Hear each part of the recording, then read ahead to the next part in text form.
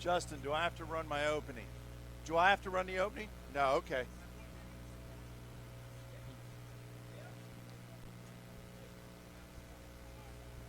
No opening. I don't know why you sent one to me then.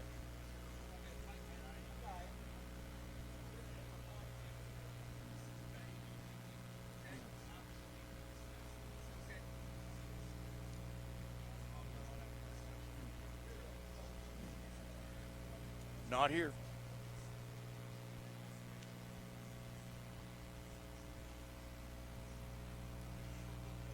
Thank you. You'd think I was coaching again is all this stuff I've got. The TribLive High School Sports Network is your home for high school sports. We broadcast over 2,000 high school sporting events each year, over 15 sports, and across 10 counties. Visit us online at hssn.triblive.com and find the latest in high school sports news, along with live and archive broadcasts, scores, stats, standings, and more, including premium shows live from the Excella Health Studios. TribLive High School Sports Network, the official video and audio streaming network of the WPIAL. Good evening and welcome to Belle Vernon Area High School, James Weir Stadium, also known as the Beach. That's right, we're here atop of the gold turf at Belle Vernon Area High School for a Big A conference, Class 4A showdown. A nice little rivalry brewing in these here parts. The Belle Vernon Leopards host the Thomas Jefferson Jaguars. Paul Paterra and Lou Rood with you on an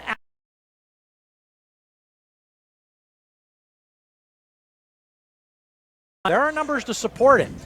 Lou, Thomas Jefferson, one of the most traditional programs in the WPIAL right now. Bill Chirpak, last three WPIAL champions in Class 4A, Thomas Jefferson's won them. Bill Chirpak's won 246 games as a head coach. The last 4 years in the regular season, Thomas Jefferson's 33-3. But two of those three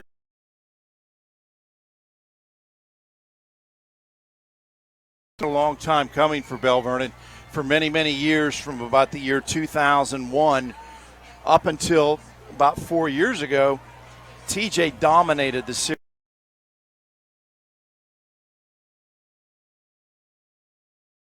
with Belle Vernon. Matt Humbert's come on the scene and won 3 of the last 4 matches that they've had, or 2 of the last 3 that they've had with Thomas Jefferson, and that's been quite an accomplishment. I know it's something Bill Chirpak can't stand. In fact, one of the quotes I read that he put out there was, they've shown the highlights of last year's open loss to Belle Vernon in the regular season at least 50 times already since camp opened, just to drive home the point that they don't want to lose to Belle Vernon again. And he takes a lot of pride in that. And I think we saw, you and I, you didn't get a chance to see. I saw the first game last year as the Leopards come out onto the field here at James Weir Stadium. I got a chance to see the first game. You and I called the semifinal game where TJ just basically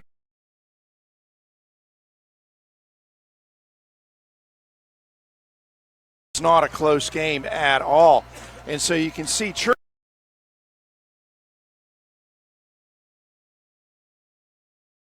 and I imagine with as much as he's put into getting them ready for tonight, he's going to have them ready to go against Belle Vernon here at the Beach.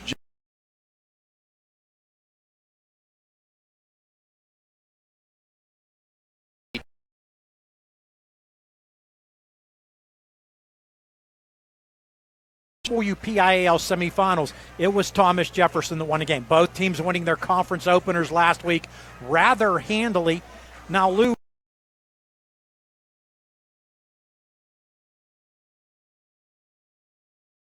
they usually got an excellent tailback. This year, no different with Max Shaw, and he usually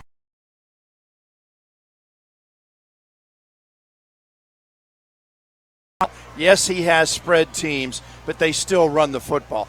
When he has his greatest success is when he runs the ball. Max Shaw's the kind of tailback he likes. He's big.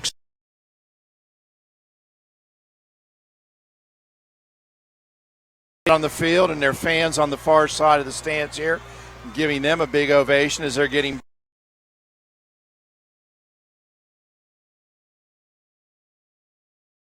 is actually on the home side And Belle Vernon has their bench on the visiting side, and something Matt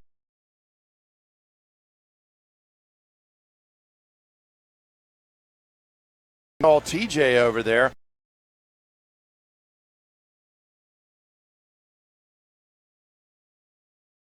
Interesting setup here at James Weir Stadium, but should be a great game.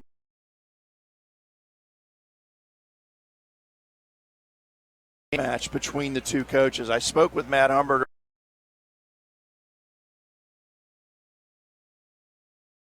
Wants his kids ready to play, ready to go, but he is not going to say it's the end of the world if they should happen to come up short tonight. He knows it's still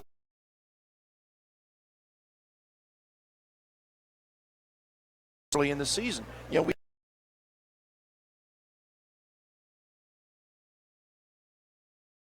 in his 5 years here. This is Bill Cherpak's 24th season as the coach of the Thomas Jefferson Jaguars, and that's 246-47 is his record. Thomas Jefferson in the white jerseys, black numerals, a little black on the sleeve, black helmets, TJ outlined in gold on the helmet, white slacks with a black and gold stripe down the side of each side of the pants.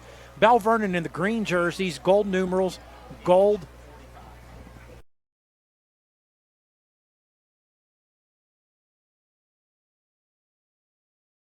people were flashing many things, and it's that's all right. Just we had a number change, and I just wanted to get that to you.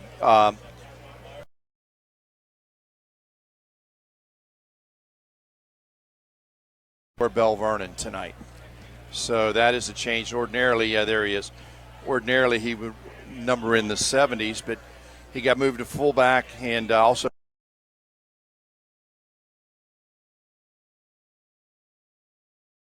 Dave Barry, Bill Schottenheimer, Paul Koval, Kevin Rombach, Alex Beasley, and Gino Sedlak.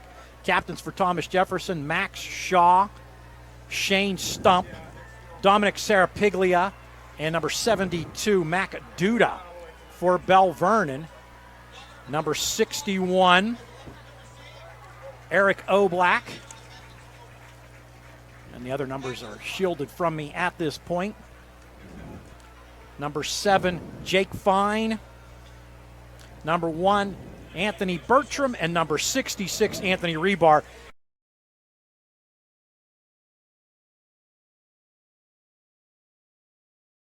Going to be underway here shortly. Thomas Jefferson will kick the football to Belle.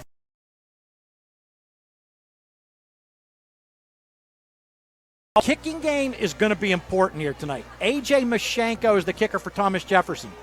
Touchbacks with every kick.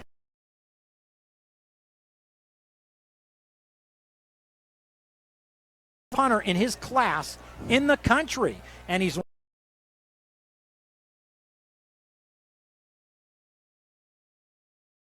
two great weapons for both Thomas Jefferson and Belle Vernon in the kicking.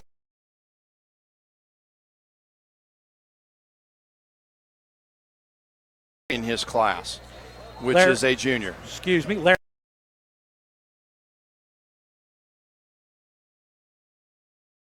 For Matt Humboldt, Belle Vernon Leopards. Ball on the.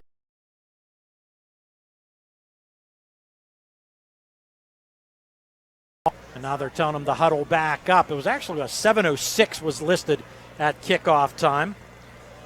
This game getting covered by several media.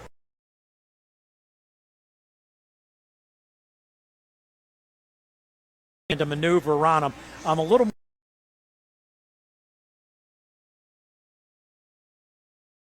Mashenko.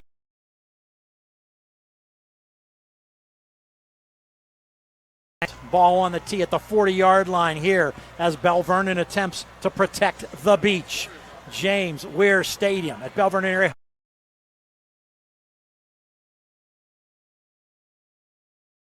And 15 has a hole. 25 over the 30.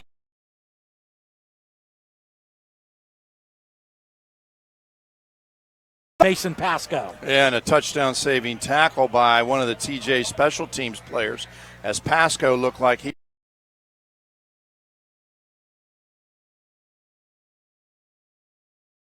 Bill Cherpak, the coach of Thomas Jefferson, was quoted earlier this week.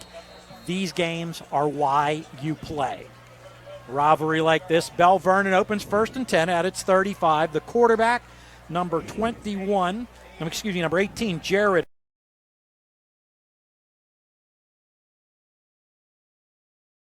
Hartman wearing number 12. Okay, that's a 2. Looks like.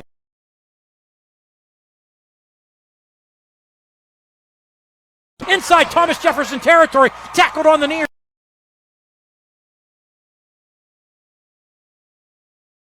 Up on the play of 31 yards. And a nice zone play that time. He tried to run it on an inside zone, but had it stopped up, was able to bounce it to the outside. And here you see the play. There's a penalty marker down across the way. As Pasco bounces it to the outside and gets the Jets on, and a touchdown saving tackle for the Jaguars by Shane Stump, the junior free safety and quarterback. TJ has 9.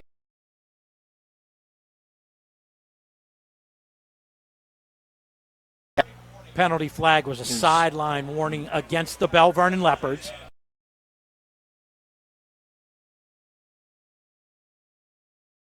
The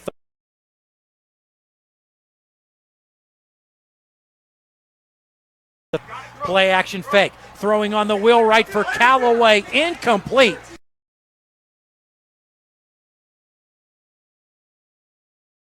Backfield, as you mentioned, Paul.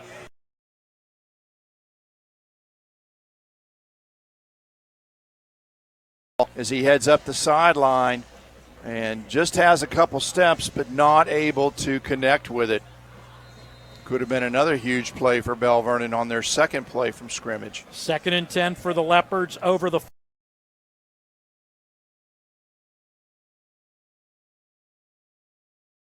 And that's Pasco. Fake to him, keeping the football. Hartman puts the head down, gains 5 yards to the 30, making it a 3rd.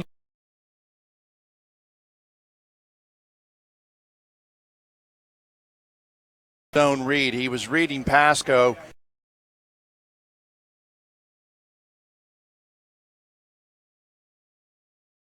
Face mask against Thomas Jefferson. So Pack on 15, 1st and 10, Belle Vernon.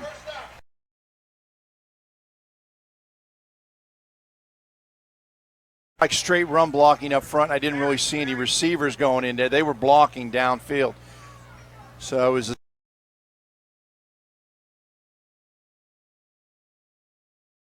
face mask on top of it.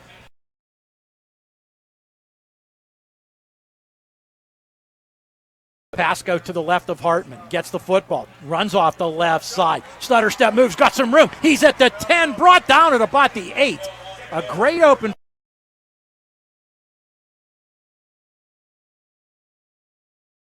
Up on 1st down of 7 yards.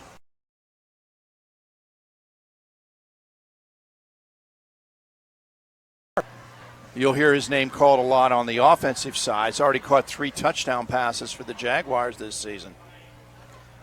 2nd and 2. Give him a gain of 8. The ball rests at the 7-yard line of Thomas Jefferson.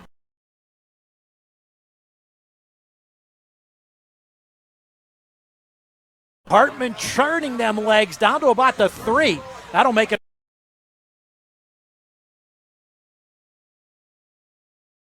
The defense, as you'll see here, he rides Pasco, pulls it when he sees the defense, turns up a crease up the middle, takes it all the way down to the 2-yard line. And right now, the Belle Vernon offensive line is doing a nice job up front, opening holes. Hayden Barron, Anthony Evans, Eric Oblock, Colin Pilata, and Anthony Rebar, along with tight end Anthony Bertram, and they're open.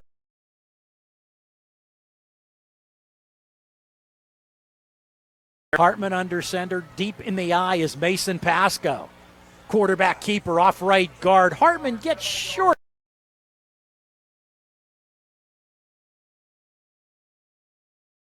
Game for Belle Vernon. They added their fullback in, so Gage is in at fullback, number 45. We'll see if he stays.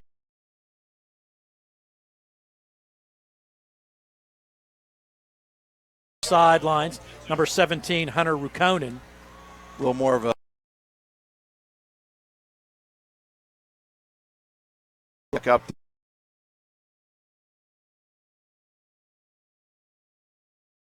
The pass going, he is stacked up at the line of scrimmage. Might even allow.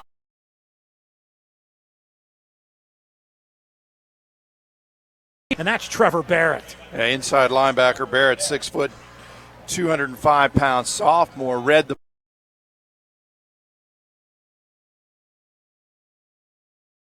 untouched, unblocked, as he just stepped up into the gap and met Pasco for.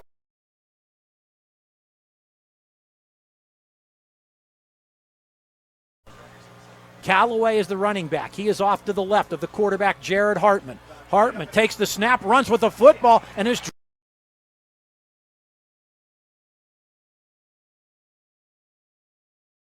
Barrett, number 50, the big defensive tackle, 5'10", 295 pound senior.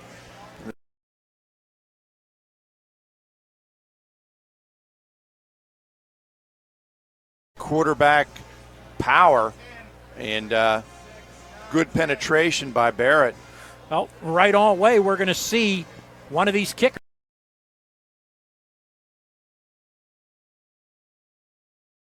Field goal straight away for Guess. The snap is bouncing. It gets past Rukonen. Guess picks up the football. He's running and is going to be tackled back at the 20-yard line.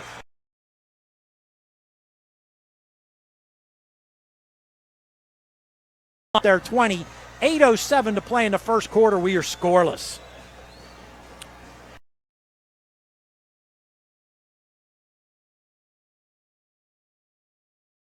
In the South Hills have multiple wash packages available to keep your car looking its very best. Give your car the works to give it that showroom shine with the added tire dressing and Magic Repel. And remember, there's an easier way to wash your car. Check them out online at MrMagicCarWash.com or visit a location near you to keep your car clean, shiny, and dry every time. And looking for a new car? Look no further than C. Harper Auto Group. Chevy, Buick, Cadillac, Ford, Honda, Kia, commercial trucks, and service. With C. Harper, it's just that easy with your winning C. Harper team. This year, they're celebrating 35 years of business. Visit their new location in Connellsville. For more information, go to charper.com.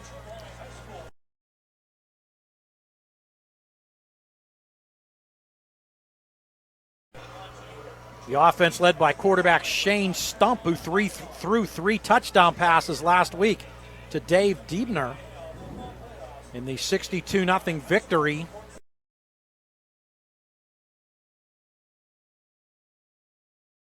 .205-pound junior. His tailback this year, the senior Max Shaw, and he's just stepping in to a position manned by so many great players. Last year was Justin Vigna for the Jaguars.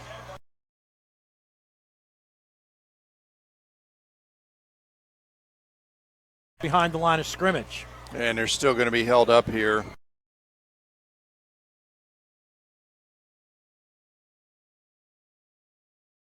Side for the Jaguars. Diebner's in the slot. Told you 3 touchdown catches last week. Belle Vernon in a 5-3 alignment. 4 down linemen across the front. Quick pass out to the right side. In the flat, it's Diebner. Diebner breaks a tackle. He's got room. He's at the 40, the 45. Rukonen gets the angle, but doesn't bring.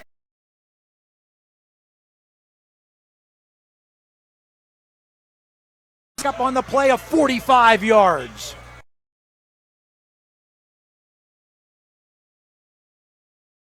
To the right just a little bit there.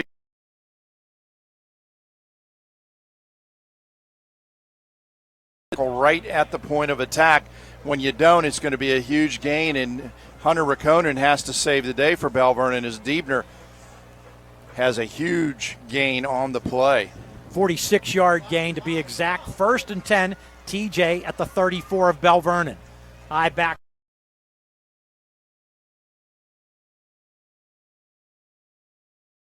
After a pickup of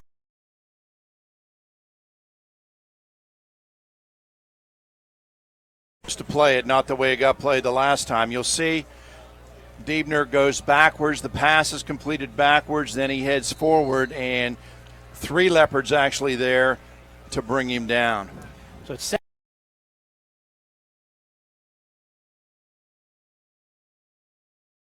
hard. I backfilled once again. 7 minutes to play in the first quarter, a scoreless first quarter. There's the give to the tailback, Shaw. Shaw breaks 1 tackle, gets about 3. The ball is loose.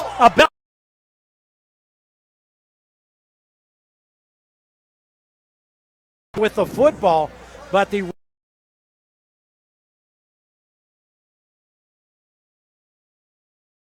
play here, so Here we go. shall see.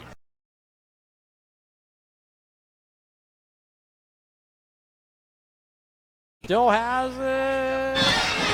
That was a fumble. That was a fumble, my friends.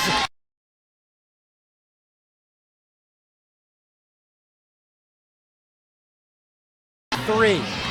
Thomas Jefferson at the 27 of Belle Vernon. Shaw again. Cutback move. He's at the 20. The 15, 10, 5. Touchdown, TJ.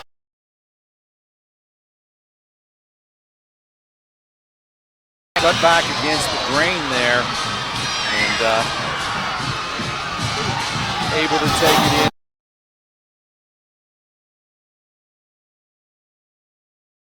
For Max Shaw, he had 3 touchdowns last week in the win over Ringgold. Mashenko on to kick the extra point.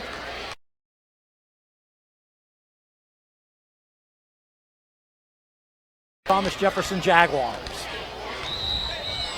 And the Jaguars strike first. And TJ's Short a man.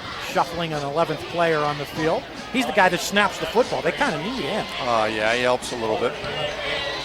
And we're going to get a penalty. It's going to be a delay of game call against the Thomas Jefferson Jaguars. Those long snapper duties are usually handled by Dom Serapiglia. But running on the field at the last minute, the snapper was Nicholas Trainer. So that'll back the extra point up 5 yards. Shouldn't be a problem for Mashenko.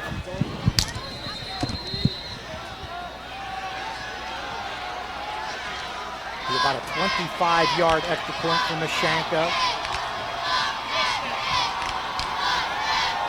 Trainer snap, bounces, and it's picked up by the holder, Diebner. Diebner's running with the football. He throws it incomplete.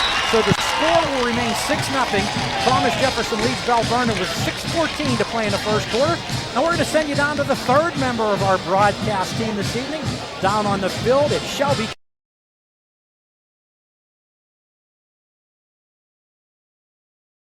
The game, and it's not too often that we see great punters and kickers on 2 high school teams going at it, but tonight we have that.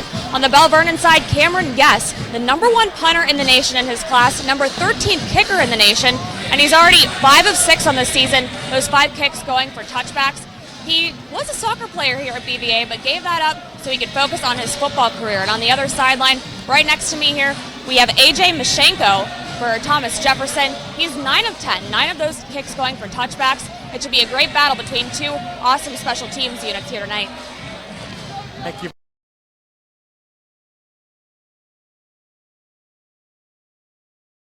Quick break in.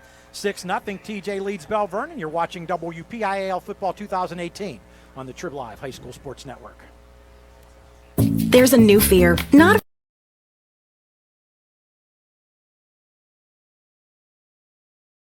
with a rate as low as 3.29% APR with only $50,000 borrowed, fixed for 7 years, there's nothing to fear. You can renovate the kitchen or update a bathroom or 2. So lock in your rate now before they, well, I don't want to say it out loud. If choosing the better option is your worry, you can be confident that Dollar Bank's loan experts have only your best interests in mind since they're not paid a commission. So lock in your rate before they go up again. Get those home improvements done with a rate as low as 3.29% APR, fixed for 7 years. Longer terms are available. Stop by, call 1-800-242-BANK, or visit dollar.bank. Dollar Bank, mutually inspired. Rate is for well-qualified borrowers and includes a discount with a maintained qualifying checking account. Not available for the refinance of a Dollar Bank loan, line, or mortgage of less than $15,000 in new money. Monthly payment of $13.34 per $1,000 borrowed. Other terms and conditions apply. Subject to change without notice. Equal housing lender. Alongside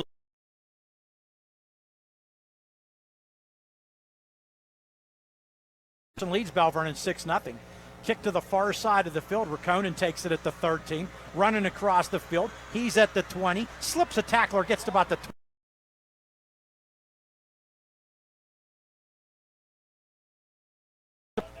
Well, that was a Thomas Jefferson special there, Lou, on the touchdown run. You know they run that counter with the cut-back move. They ran it 2 plays in a row. Second play, a 27-yard touchdown. Yeah.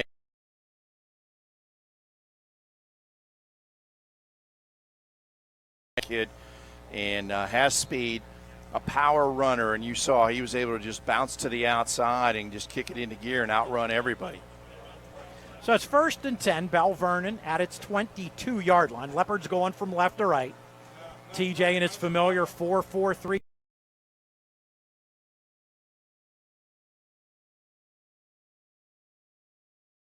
Pass goes ahead of the pack. 50, 45, 40. It's a foot race. Catch me if you can. Mason Pasco, 78 yards.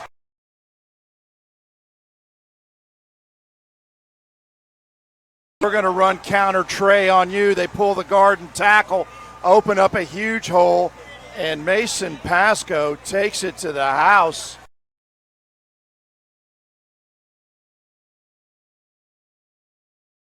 Through, Pasco bursts through, down to the next level blocking, and he's gone. Last week, Mason Pasco had 11 carries for 90 yards. This week, 5 carries already, 102 yards. And Cam Guess on to try to break this tie. Both teams have had troubles with the kick snap. Guess gets the kick right through the uprights. Belle Vernon leads.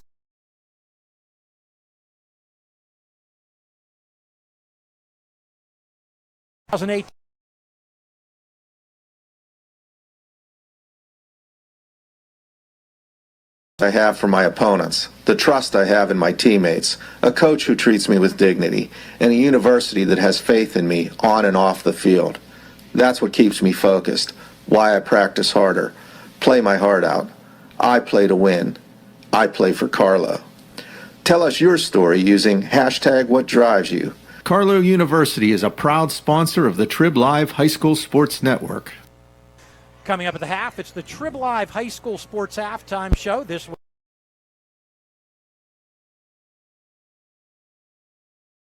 this season.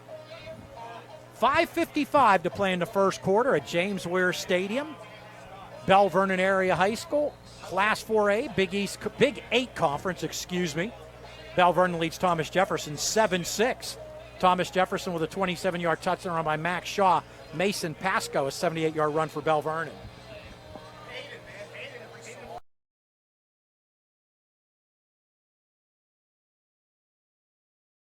The second drive for the Leopards. The first drive, they should have had points. They were in field goal position for Cam Guess, but bad snap took the play away from them, and they didn't get a chance to even get the kickoff on the field goal attempt. Guess on to kick off. See if it's a touchback. Mashanko's 2 kickoffs have not been touched.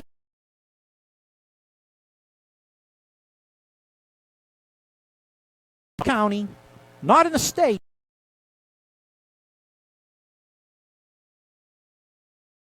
Colleges. And a very good soccer player as well, as Shelby mentioned, but he gave up soccer to concentrate on his kicking in hopes of getting a scholarship. And after this play, there's a story dealing with Belle Vernon soccer, Lou, that we'll let you, that we'll.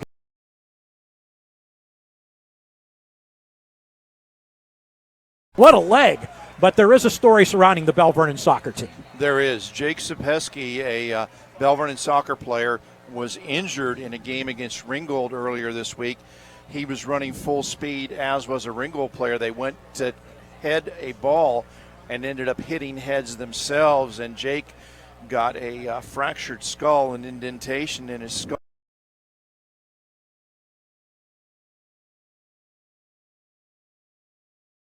He was released.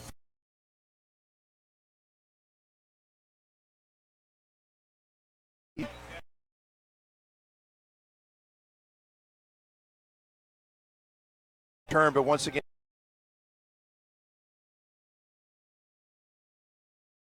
and it said BVA for Jake, and nice touch on that part, and they were all concerned about their teammate. But it's great to report that he is home now, resting comfortably, and the surgery went well.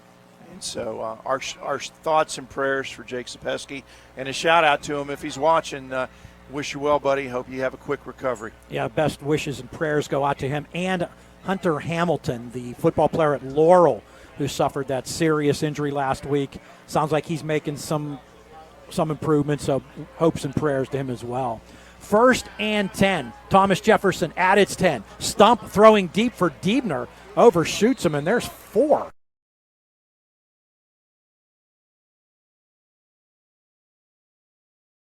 A one-man pattern as they send Diebner on a fly route. Just take off, run as fast as you can.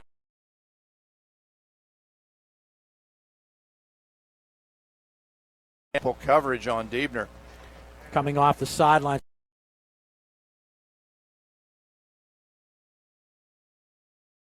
Running back a few years back. Oh, yeah. Zandier's the wide man to the near side. Diebner in the slot.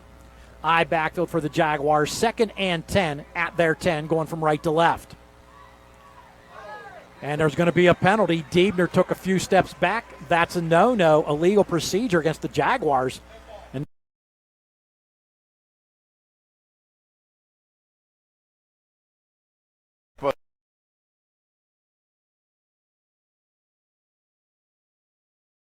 in front of him, lead blocking, and kind of gave it away when he went a little too soon there.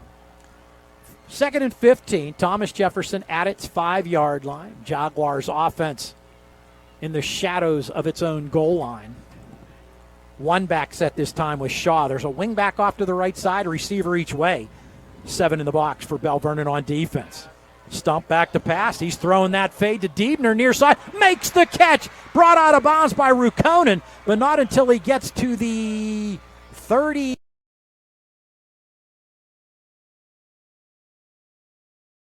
And that's the 3rd time Stump and Diebner have hooked up tonight. That was just a fade route by Diebner.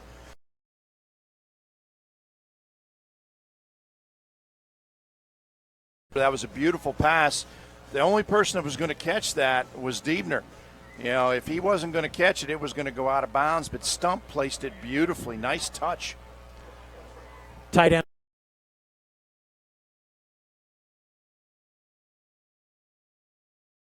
Back, that's Shaw off the left side, breaks a tackle. Shaw with room inside Belle Vernon territory, brought down.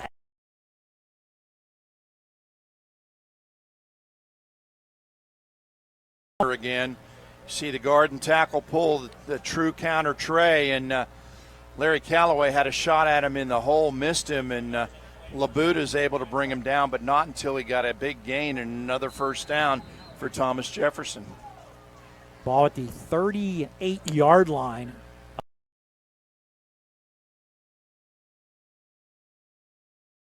Explosive in the early on here.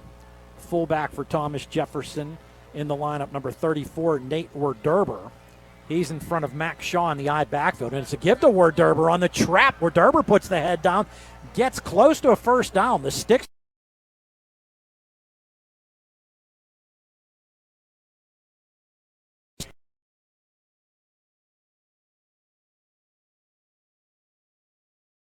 We used to call it the Bap Trap in honor of Bap Manzini, the longtime coach from Thomas Jefferson.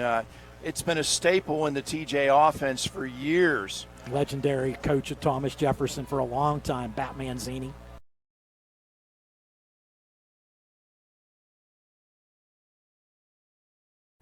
Stump, 3-step drop. There's that fade. Far side this time. There's a fight for the ball. It's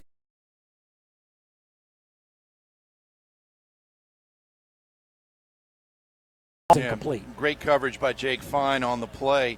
Was with him step for step.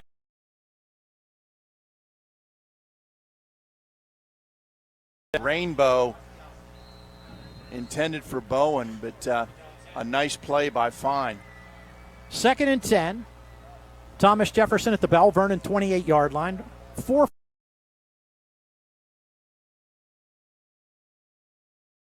Tailback Shaw, cutback move.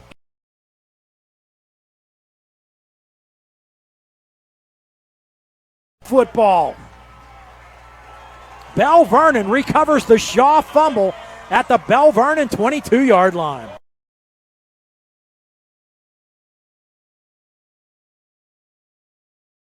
Pop loose, Raconen comes up with it, and it was Larry.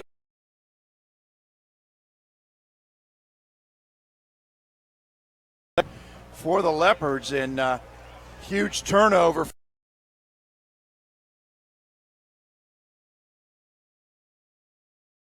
And just puts his helmet right on the.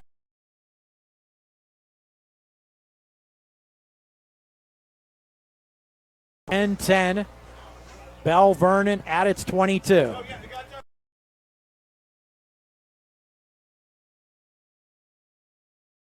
Receiver right. Takes the shotgun snap. Jared Hartman in trouble, and he's going to be sacked back at about the 15.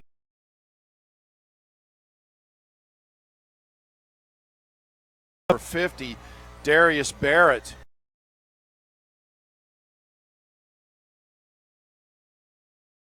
He pushes through and just wraps up J.J. Hartman. Loss of 7 on the play. It'll be 2nd and 17. Belle Vernon at its 15. Leopards going from left to right.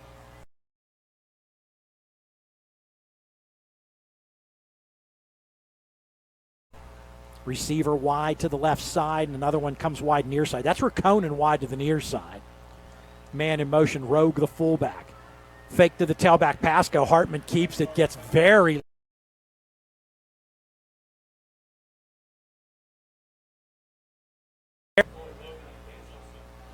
Danielson on the stop, and that.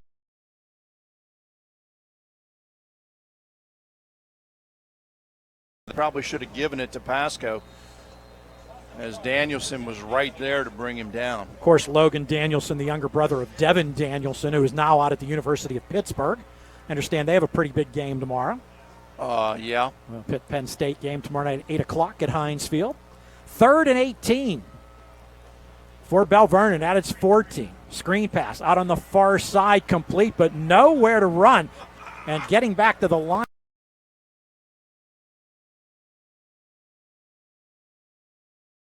Nothing long for Belle Vernon.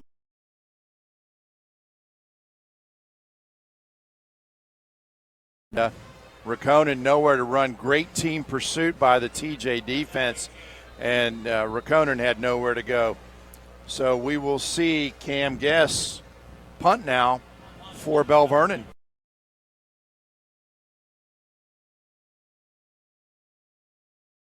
Jefferson would get good field position, but with this, the punting leg of Guess, but the snap bounces to him. He bobbles it, picks it up, kick is blocked. It's loose in the end zone. It's a scramble for it. There's still people fighting for the football.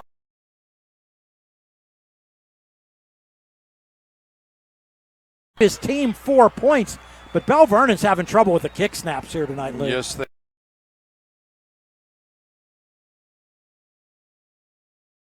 Lead. Jaguars. The Jaguars, an 8-7 lead. Thomas Jefferson getting 2 points on the safety. And it looks like we'll be able to take a quick break here. 2:15 to play in the first quarter. You're watching WPIAL Football 2018 on the TribLive High School Sports Network.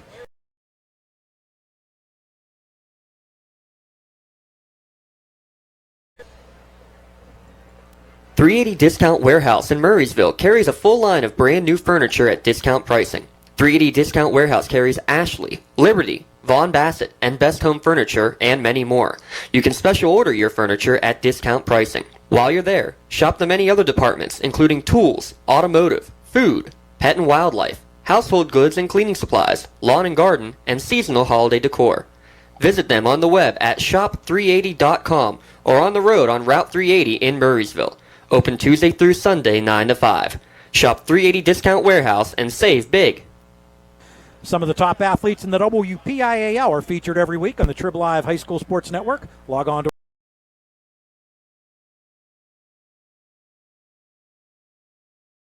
Class 4A, Big 8 Conference.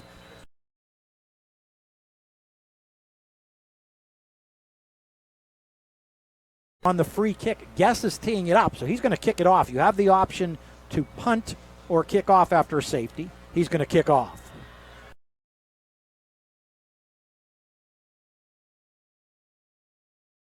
Over the 20.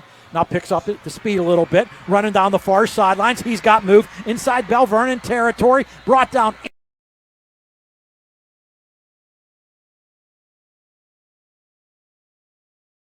of 53 yards. And there you have the double-edged sword. Guess how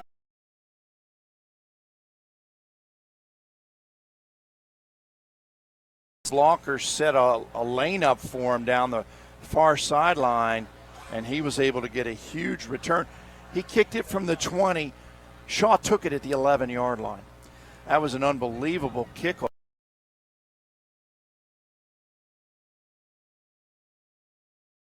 Jaguars with an 8-7 lead have it 1st and 10 at the Belle Vernon 30. Almost Shane Stump under center. 69 yards on that kickoff.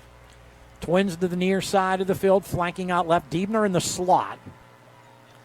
To give to the tailback, Max Shaw. Shaw with a huge hole, and he's going to take this one into the end zone for a Thomas Jefferson touch.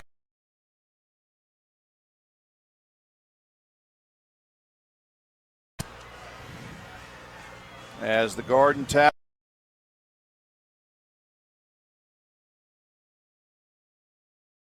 Has a huge hole and is gone. And as we know, Lou, for watching Thomas Jefferson football for these many years, that's TJ football right there, that play right there. That's exactly what they want.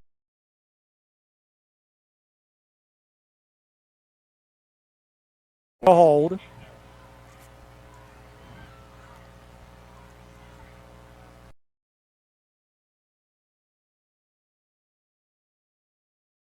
To play in the first quarter, 15-7 in favor of the Thomas Jefferson Jaguars.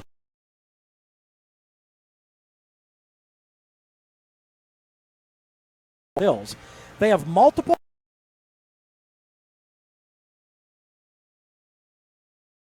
showroom shine with the added tire dressing and Magic Repel.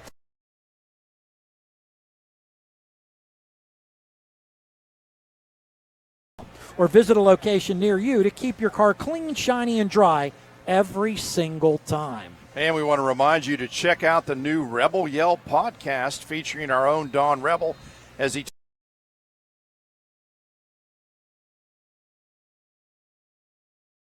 hashtag Ask Don with all your questions, as Don has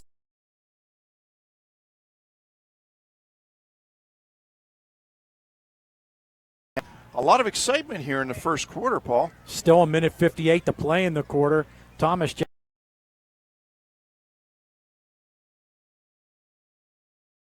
five.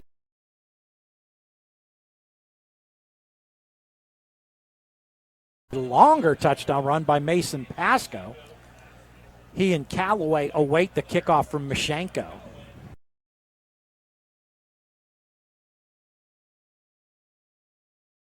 Trying to become only the third team ever to win 4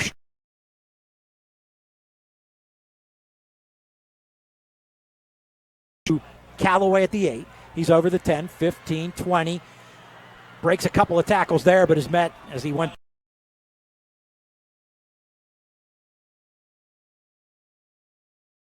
Of course, Clareton earlier this century.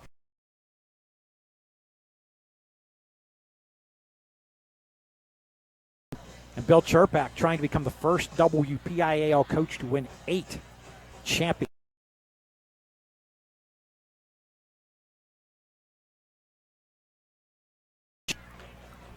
Did you actually see the teams that Brighton Buck coach play?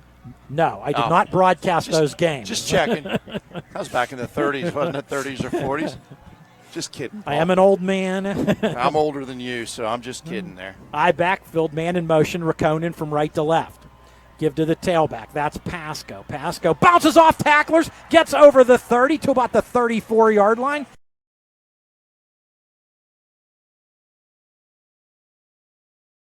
Trey came right back with it.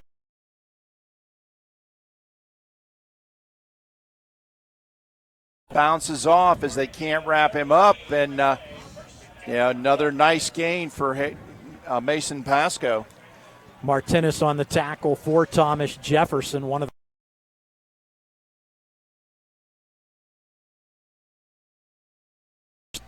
He's creeping up to the line of scrimmage this time between the tackle and the end. Now he backs off a bit. 1st and 10, Belle Vernon at its 33. 5-step drop, now rolling to the left side. Hartman floats a pass to an open man. Rakonen on the far side. Dipsy-do on the defensive back, brought down at the 4.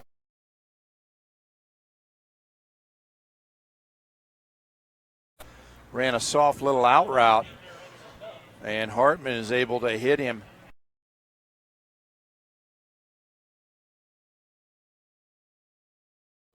And ends up being forced out of the pocket, and just a nice touch on the ball, gets it over to Rakoner, and he's able to get first yardage gain.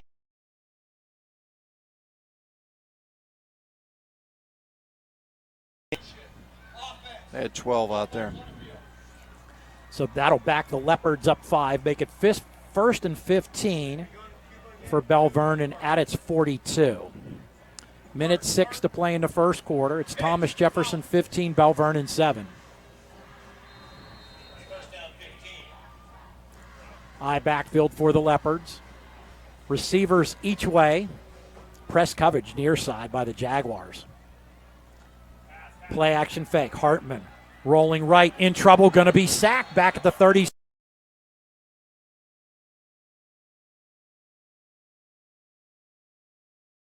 The quarterback. Yeah, Logan Danielson getting in that time. Coming from the bottom down there, number 54. You'll see him go over the blocking back and engulf Jared Hartman in the backfield.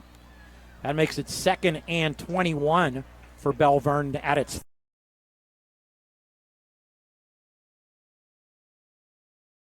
deep man. 2 receivers near side. Rakonen is the wide man. Dame is in the slot. It's a give to the tailback, Pasco. Pasco gets to the 39.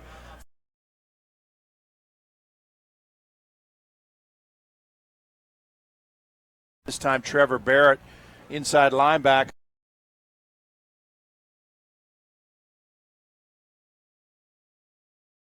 And that'll be the end of the first quarter with the score. Thomas Jefferson 15, Belle Vernon 7.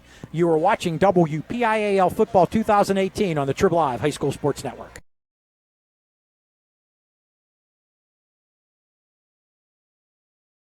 Robinson offers a variety of breakfast sandwiches, including sausage, bacon, or, of course, chicken. Breakfast is served hot and fresh daily, featuring our handmade biscuits. Need to feed a crowd or a tailgate on Sunday? Chick-fil-A Robinson Catering has got you covered with hot or reheatable chicken trays. Visit our catering website at www.cfarobinsoncaters.com to book your business or social event today. Chick-fil-A Robinson Catering. We deliver. If you're a working professional ready to move up in your career, Seton Hill University has a program just for you. Seton Hill's adult degree program offers flexible undergraduate degree courses in areas like accounting, criminal justice, business, and human services. The adult degree program has 5 start dates a year and offers convenient course times, financial aid, a 96% placement rate, and career services for life. Register for our next info session and learn more at setonhill.edu/ADP. Seton Hill University, this way up. Looking for a new car? Look no further than C. Harper Auto Group. Chevy, Buick, Cadillac, Ford, Honda, Kia, commercial trucks and service. With C. Harper, it's just that easy. With your winning C. Harper team, this year they're celebrating 35 years of business. Visit their new location in Connellsville. For more information, go to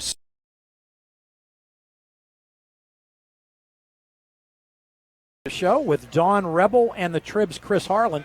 They're going to be talking about the players to watch around the WPIAL this season. Paul Paterra, Lou Rood. We're at James K. Weir Stadium, Belle Vernon Area High School, the home of the Gold Turf. Home team trailing Thomas Jefferson 15-7 in this Class 4A Big 8 conference game. Last year was the Big 9 conference. Belle Vernon was actually the conference champion and has been 2 of the last 3 years, but Thomas Jefferson, the WPIAL champion. So it'll be 3rd and 18. Belle Vernon at its 39, this time going from right to left as we start quarter number 2. 3 receivers set, 2 left, 1 right.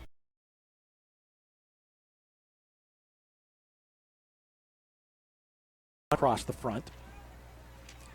The ends Logan Danielson and number 49 for Thomas Jefferson. Gabe Dominic shifted positions.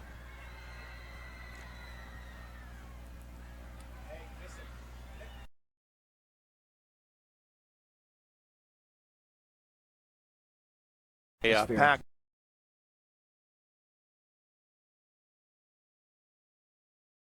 Was a heck of a rivalry. We mentioned the TJ dominance. I got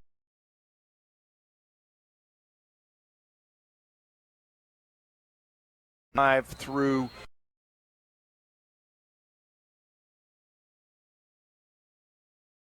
was 6-1 against TJ. Shotgun snap to Hartman. Hartman surveys the field. He's in trouble. Breaks away from the pressure. Steps up, throws man wide open downfield. It's Pasco. Makes the catch.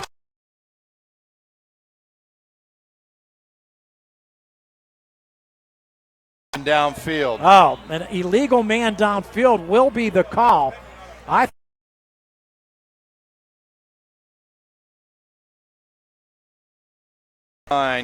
Hayden Barron was about 20 yards downfield, wide open.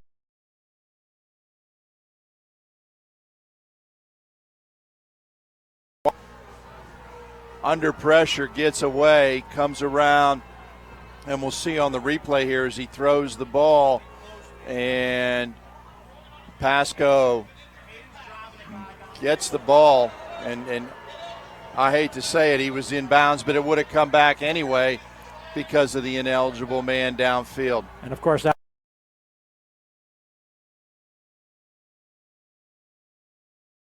second quarter, Norwin leads Hempfield 13-7.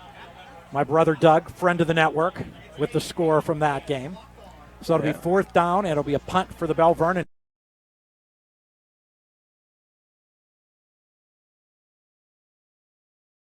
Leopards do a little better with this punt snap.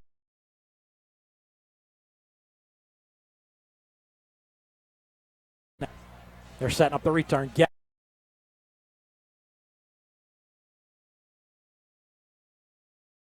Roll. A good roll inside the 25 down to about the 21 of Thomas Jefferson. 11:35 to play in the first half. It's Thomas Jefferson 15, Belle Vernon 7. Yeah, the roll is what saved that punt. As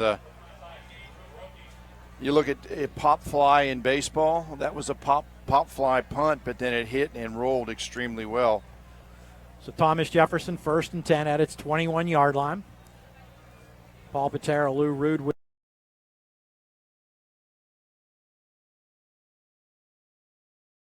Wednesday nights at 7. Join us as we visit with some of the top WPIAL coaches. Plus, we recap week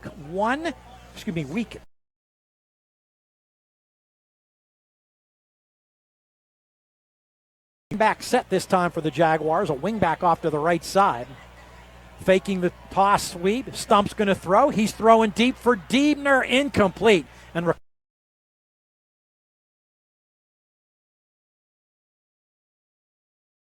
a one-man pattern, but Stump on the fake toss was looking for Diebner all the way.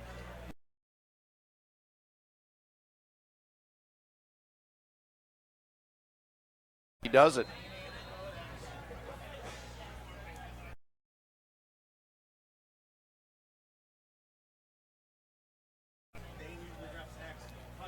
Backs in the eye. Twins off to the left side.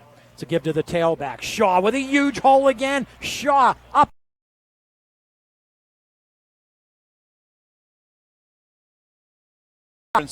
Hearing me say counter Trey. Not yet. Because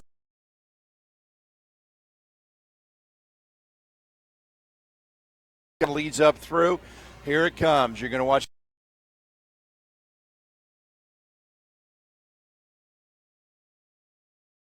And a huge hole for Shaw. Is that a play? The Washington Redskins, I think, were the first team to The really. Redskins, yeah.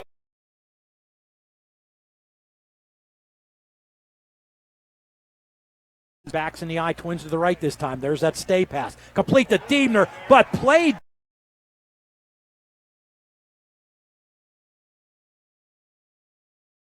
Scrimmage. In fact,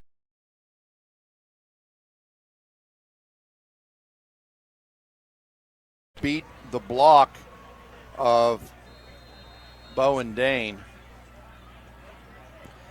So that makes it 2nd and 10. Thomas Jefferson at its 35. Jaguars going from left to right, ball on the near hash mark. 2 receivers far side, tight end that way as well.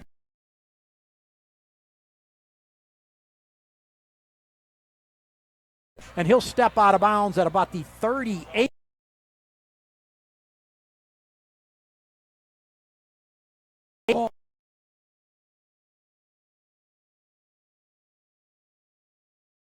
Yards for Max Shaw. And here he goes. You see, it gets it a little bit late, but they, again, left guard pulls, kicks out, left tackle leads up through, and Shaw has a huge hole to run through.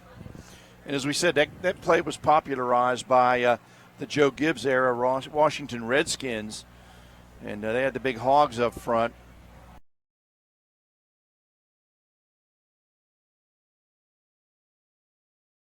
It's Thomas Jefferson at the 43 of Belle Vernon.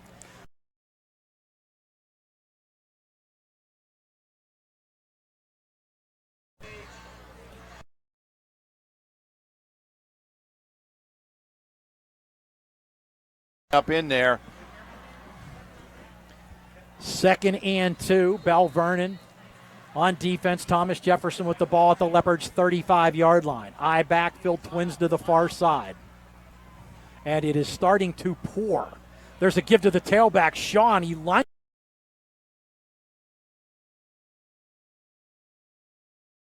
Pouring down rain. The skies have opened here in Belle Vernon. Yeah, you can see it.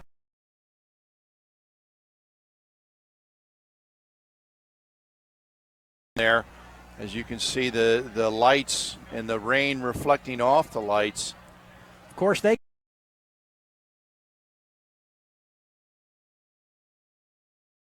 game at halftime. And it delayed the NFL opener last night. I back for the Jaguars, 1st and 10 at the 28 of Belle Vernon. Some movement on the line, give to the tailback, Shaw. Shaw's going to be stuffed this time at the line of scrimmage. Mina fought forward for a yard to the 27, 2nd and 10. 2nd and 9, excuse me. Yeah, he did a nice job that time.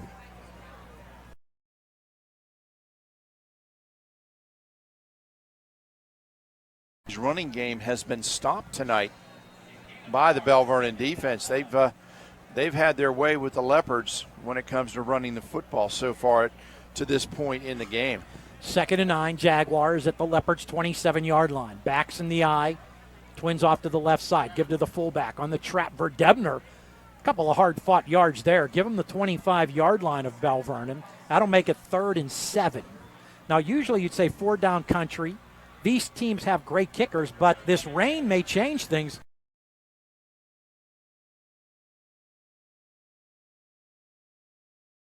To run the ball and run the ball with authority. You know, I don't think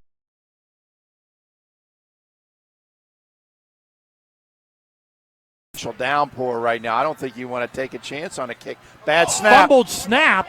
I believe Stump.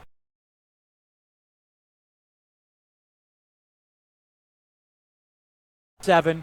Thomas Jefferson at the Belle Vernon 20.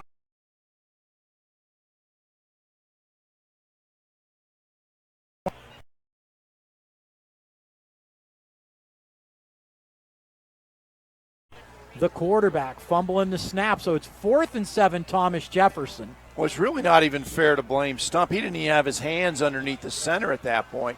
And look at the rain come down here. You can see it cascading in front of the lights.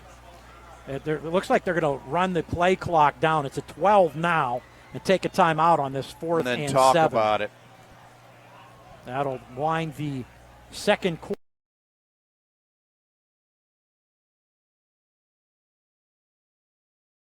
18-7, Thomas Jefferson leads Belle Vernon. You're watching WPIAL.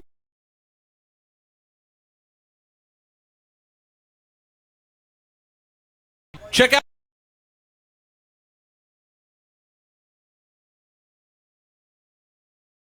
and more, follow us on Twitter and Instagram under the handle TribLive HSSN. Get in the conversation on Facebook at facebook.com/TribLive HSSN. And on our YouTube channel, you can find thousands of interviews with local student athletes and coaches, plus highlights and full games. The spot for Western Pennsylvania high school sports on social media this season is the new TribLive High School Sports Network. Mr. Magic Car Wash, Pittsburgh's premier car wash, serving you with 5 convenient locations in the South Hills. They have multiple wash packages available to keep your car looking its very best. Give your car the works to give it that showroom shine with the added tire dressing and Magic Repel. And remember, there's an easier way to wash your car. Check them out online at MrMagicCarWash.com.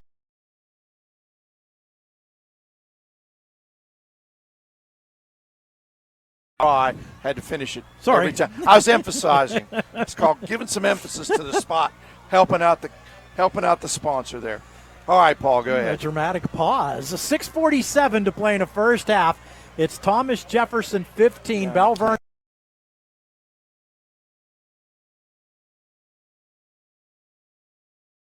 Rain, which will eschew the kicking game here, and Thomas Jefferson will go for it on 4th and 7. First timeout used by either team. Receivers each way, stump under center, I backfield. 8 in the box on defense for Belle Vernon. Diebner in motion from right to left. Faking the sweep that way, naked boot right. Stump with the football. Stump breaks a tackle, but he stepped up.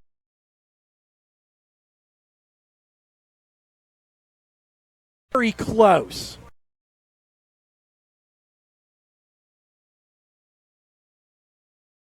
Just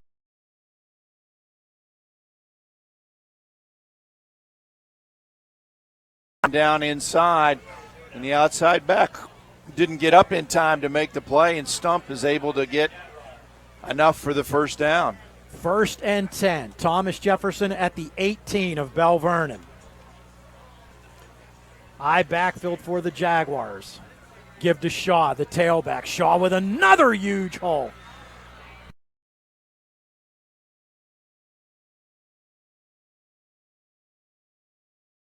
Right there, that was just a straight ISO. Fullback's going to lead up through.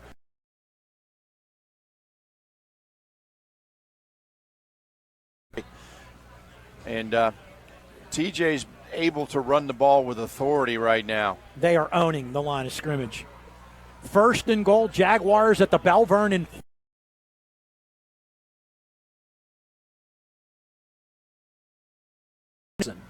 Diebner in the slot.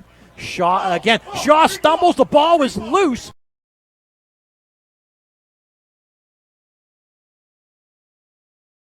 Recovery at the 7-yard line. And on the recovery,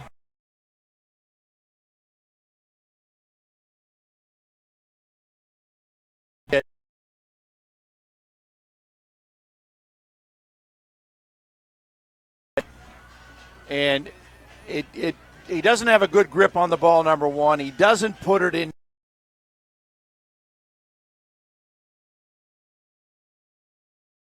Comes up with the fumble recovery.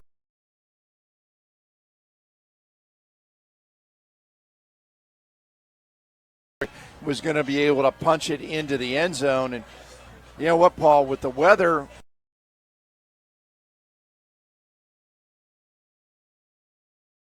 going to be paramount for both teams. You got to protect that football. Belle Vernon 1st and 10 at 7. Going from right to left, backs in the eye. Give to the tailback, Pasco. Pasco with some room. Gets over the 10. He's to a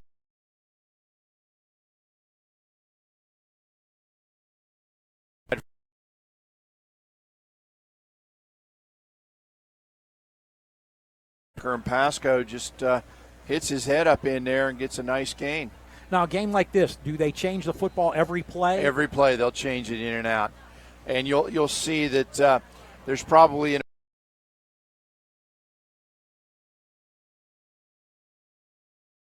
2nd and 5, Belle Vernon at its 12. I backfield again. Pasco with the ball once again. Pasco's to about the 15.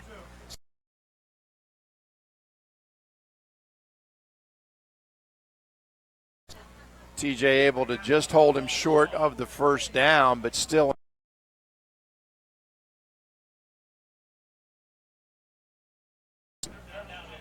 play to make sure that it is dry. And they'll have the ball boys over on the sideline keeping them dry, and they keep extra balls in a bag to make sure they stay.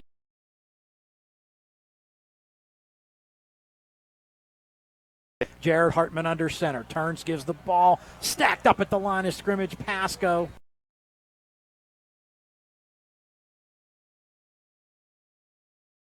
This is a key situation.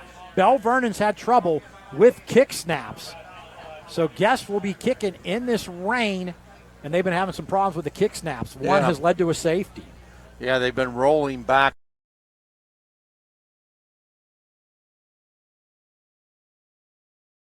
Punter. Diemner back alone, standing just in front of the midfield stripe. Cameron Guest on to punt. He'll hit it from about his 5.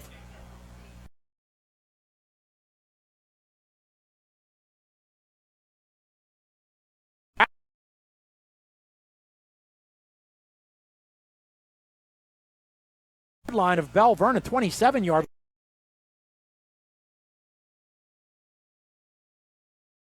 When he had to play shortstop and catch it on the short hop, took a step and he mishit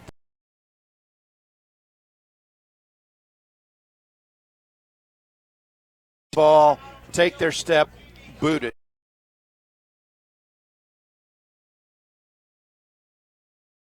Jefferson 15-7.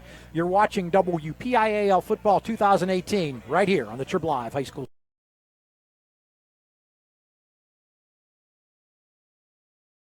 Thursday night at 7 o'clock for the latest high school football news during this week in the WPIAL, only here on the new TribLive High School Sports Network.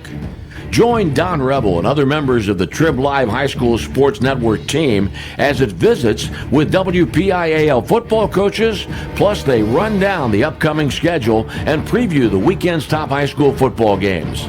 That's this week in the WPIAL, every Wednesday at 7 p.m. this fall, only on the new TribLive High School Sports Network. Excella Health knows how important shoulders, knees, and ankles are to an athlete. Whether you're on the gridiron, under the boards, or walking a balance beam, being on the sidelines is never an option. Excella Health has a trusted team of orthopedic surgeons and athletic trainers right here in Westmoreland County. To learn more about Excella Health Orthopedics and Sports Medicine, visit them on the web at excellahealth.org. That's excellahealth.org. Paul Paterra, Lou Rood at Belle Vernon Area High School. They're playing Thomas Jefferson. We're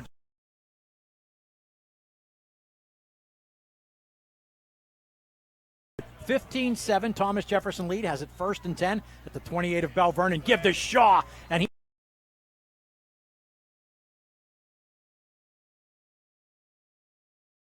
on Pilata.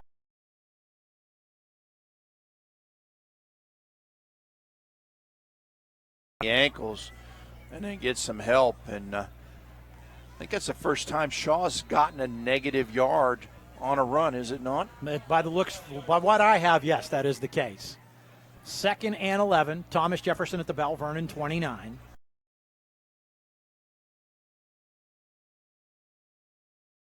Wide man. Backs in the eye. Shaw the deep man. Stump. There's a pitch. Running with the football is Shaw. Bounces off a tackler, but a host of other Leopards.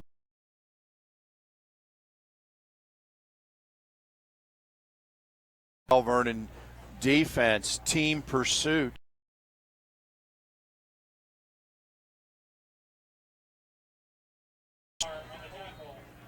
They get in there quickly, and the one that really messed the play up for Belle Vernon was number 1, and that was Anthony Bertram, who came in and took the lead blocker out quick.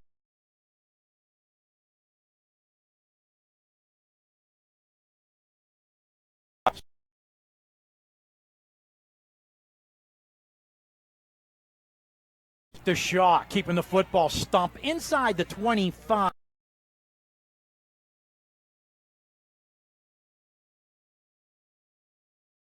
Go for it again. I would think Nino Kuntz on the stop for Belle Vernon. It's a good thing he made the tackle when he did, because Stump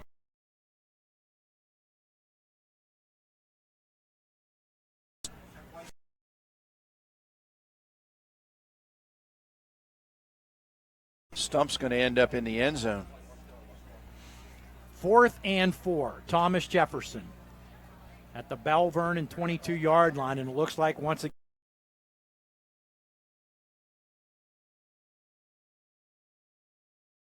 that'll take the clock down to about 1:35 to play here in the first half.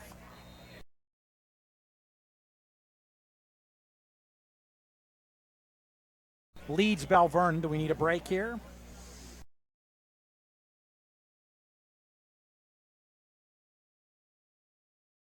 And we'll remind you that Mr. Magic Car Wash, Pittsburgh's premier car wash, is serving you with 5 convenient locations in the South Hills. They have multiple wash packages available to keep your car looking its very best. Give your car the works to give it that showroom shine with the added tire dressing and Magic Repel. And remember, there's an easier way to wash your car. Check them out online at MrMagicCarWash.com or visit a location near you to keep your car clean, shiny, and dry every time. Don't forget, next Friday and Saturday, conference play continues around.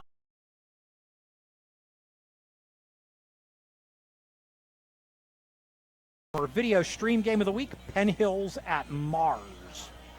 So it's 4th and 4. Thomas Jefferson at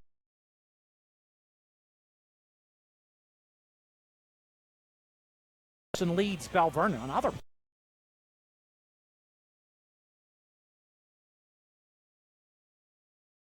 Only one time.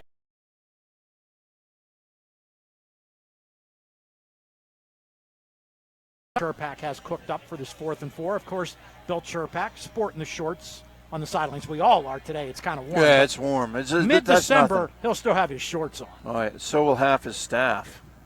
They're nuts. They are. I used to do.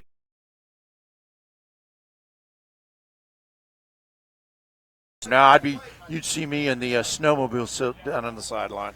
2 receivers left, 1 right on the 4th and 4 shotgun formation. Shaw to the right of Shane Stump. Stump takes the snap, drops it, picks it up. In trouble, throws through the hands of Shaw.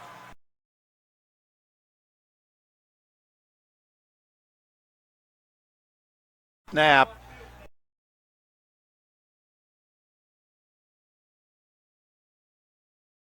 Drops it, and now quick pressure. I think that was Hunter Rakonen coming in on the play there that got to him very quickly. As you can see, the TJ band and cheerleaders there getting ramped up and ready for the halftime show. At least now when you've got the artificial turf fields.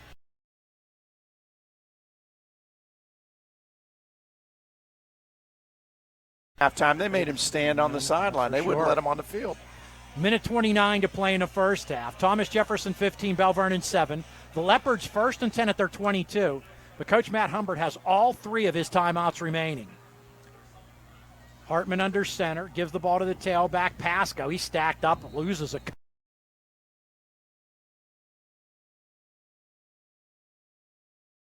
Barrett.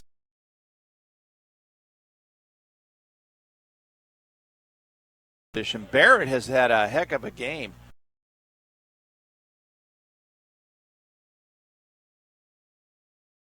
It looks like Belle Vernon may be content to run out the clock because we are at under a minute now to play in the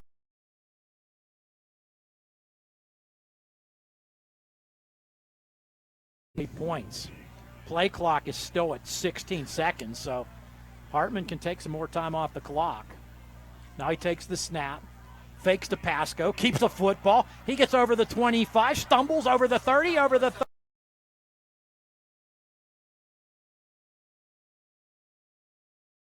The clock with 37.4 seconds.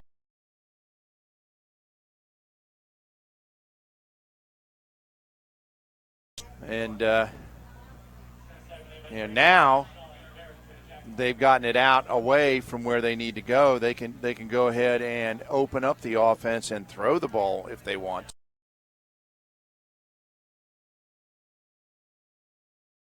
Yards, only completing a couple of.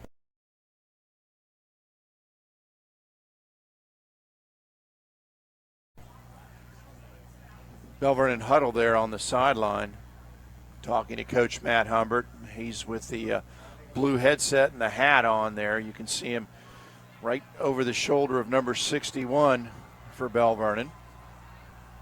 Matt, also the athletic director here at Belle Vernon Area High School. Been a busy week for him with all the media requests he had for this big game, and he's the football coach, and it's a big game. Yep.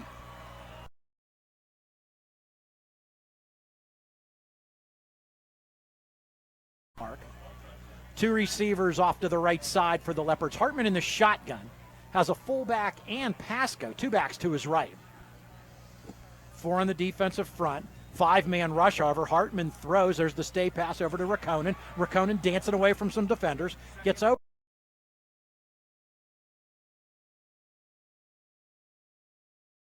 Playing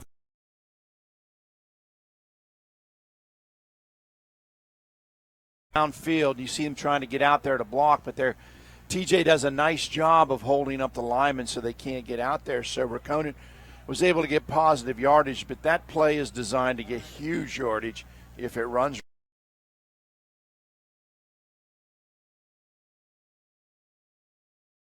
Still a little bit. It's 2nd and 5. Belle Vernon at its 41. 29 seconds to play in the first half. The Leopards trail Thomas Jefferson.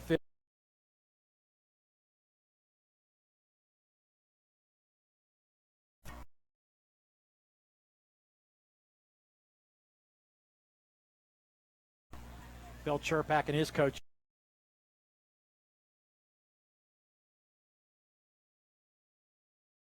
His coaching record. Yep.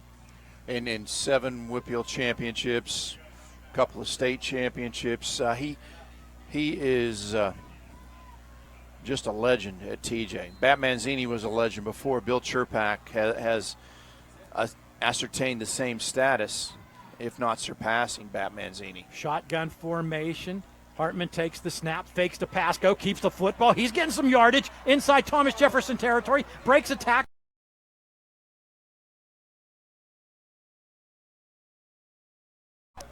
And a Belle Vernon player gets up.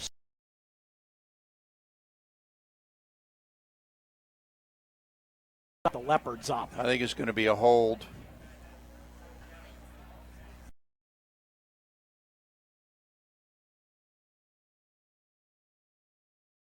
But Garrity's known more for the job he did at Steel Valley. You know, he had a fantastic job at Steel Valley.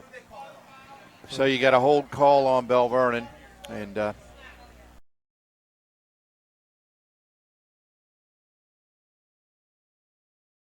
Steel Valley TJ connection because Bill Cherpak played at Steel Valley.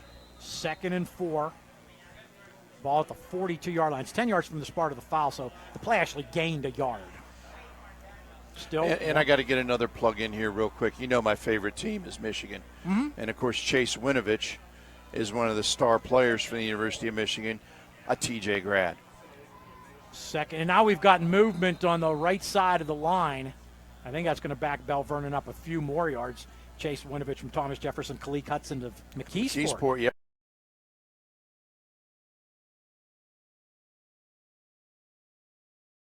Legal procedure against Belle Vernon. Back the Leopards up 5.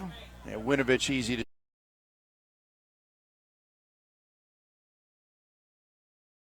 down the quarterbacks.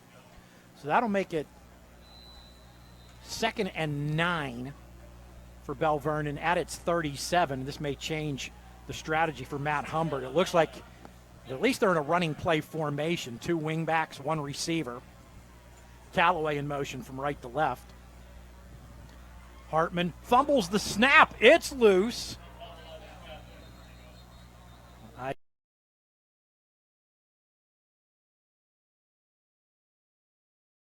Up in the air. At the 35 of Belle Vernon, and Thomas Jefferson has 19.4 seconds to play in the first half. And there's still a timeout for Thomas Jefferson. I looked.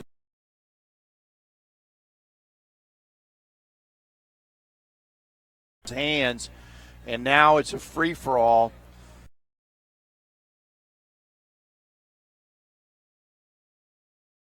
On the ball, he tried to reach down and pick it up, and that's when bad things happen. 1st and 10, Thomas Jefferson at the 35 of Belle Vernon. 2 receivers right, 1 left. Four-man defensive front. Stump, three-step drop, throws. Complete to Diebner on the slant. And Diebner's going to take this one into the end zone.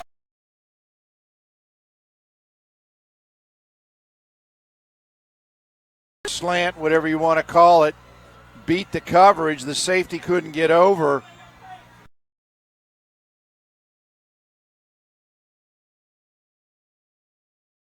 Time these two have hooked up for a touchdown this year. Diebner with his fourth catch of the night.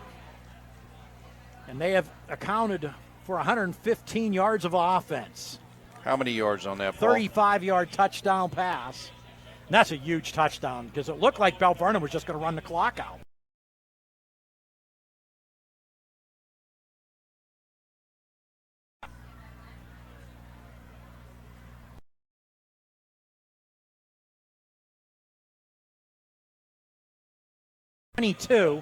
Belle Vernon 7, still 13.2 seconds to play in the first half.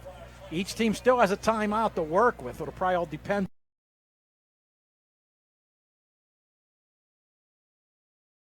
You said, Lou, Bill Cherpak made them watch the film of last year's Belle Vernon victory over the Jaguars many times.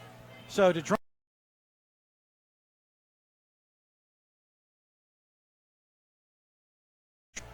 And, that's just a backbreaker when you get right down to it.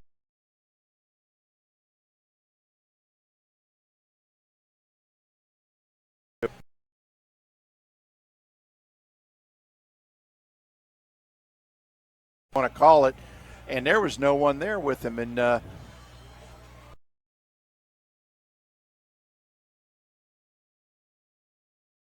they could catch him, and he just sprinted it into the end zone untouched, essentially.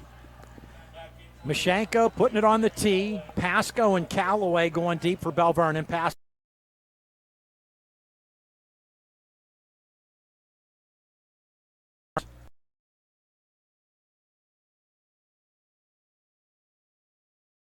On a bounce, goes through Callaway's hands and is going to roll into the end zone for a touchback. So that'll make it 1st and 10, Belle Vernon at its 20.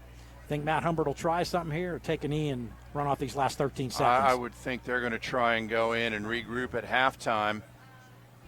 Yeah, Thomas Jefferson gets the ball to start the second.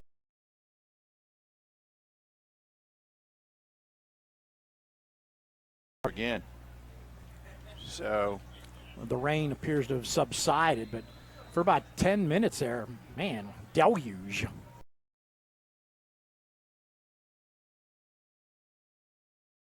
Seven receivers each way for the Leopards. Hartman under center. It's going to be an I backfield. Pasco is the deep man. TJ 4 across the defensive front in the 4-4-3 alignment. Rukonen in motion from right to left. Lines up in the slot. Give to Pasco off the right side. Pasco's got some room. Pasco's at the 35. Pasco's at the 40, the 50, the 45. Inside the 40.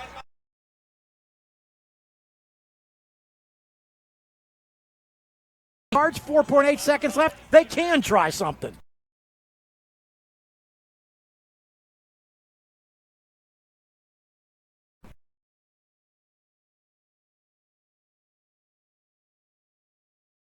Hard to get the tackle down on the linebacker and led up through, but a huge gain by Pasco. So 1st and 10, Belle Vernon at the 35 of TJ. We told you about the kicking leg of Cam Guess for Belle Vernon. Perhaps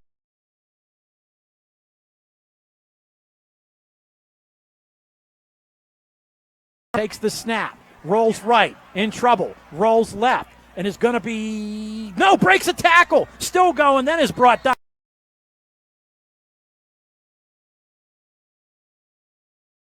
The halftime score, Thomas Jefferson 22, Belle Vernon 7, and it looks like Hartman's hurt.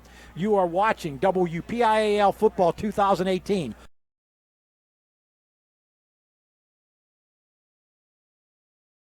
I have for my opponents, the trust I have in my teammates, a coach who treats me with dignity, and a university that has faith in me on and off the field. That's what keeps me focused, why I practice harder, play my heart out. I play to win. I play for Carlo. Tell us your story using #WhatDriveSYou. Carlow University is a proud sponsor of the TribLive High School Sports Network. For the most complete recap of Friday night's high school football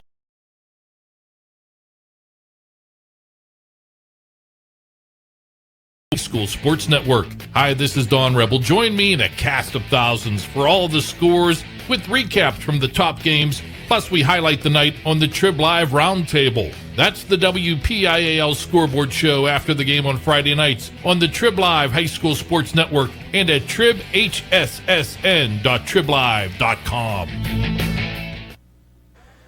It's halftime here at James K. Weir Stadium, Belle Vernon Area High School. Big 8.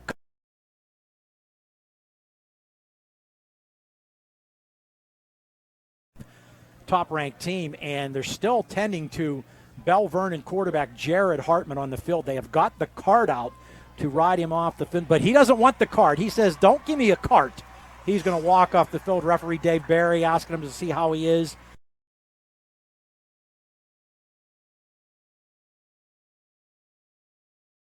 Touchdown for Thomas Jefferson. Those usually are killers. They are, because they change the momentum of the game. You know, you go into expecting to go into halftime down 15-7, and then you have a situation where you have a fumble. They recover it in position where they can get at least a pass off. They do get the pass off. They take it in for the touchdown, and suddenly you're down 22-7, and you're thinking, what the heck happened? Thomas Jefferson scored first, 6:14 to play in the first quarter, a 27-yard touchdown run by Max Shaw. That culminated a 4-play drive. On the very next play, offensive play, Mason Pasco, a 78-yard run for Belle Vernon, made it 7-0. There was a bad snap on the TJ kick. That made it 7-6, excuse me. TJ made it was 7.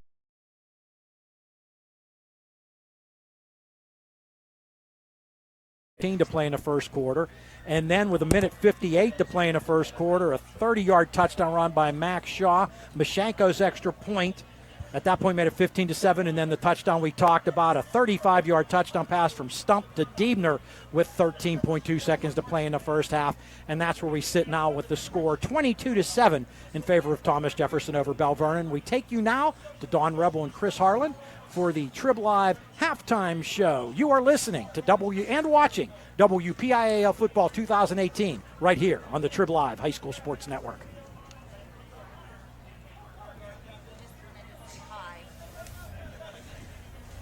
Welcome to the Week 2 edition of the halftime show on the TribLive High School Sports Network. Our video stream game of the week is Thomas Jefferson against Belle Vernon. Second half action coming up. Don Rebel, the dapper Chris Harlan. Christopher, you look like you're doing a halftime show. Got the jacket out today. I like that. Wow. Makes me look like amateur hour, which is what they pay me to do around here. But anyway, TJ Belle Vernon, the Big 8 conference. Dare we call this the championship game? It's only week 2, but really the winner of this game becomes the team to beat in this conference. Right. I mean, it is. And both coaches said, you know, it's only week 2, and they didn't want to put too much stock into it because they have a feeling that they could see each other down the road somewhere. With only 8 teams making the playoffs, last year they ran into each other on the same half and had to play in the semifinals. But yeah, this is a big one. And both teams, it's kind of funny that I talked to Bill Trepak. He said, rarely do they get this feeling. They don't have the big game in the season very often because they roll so many teams.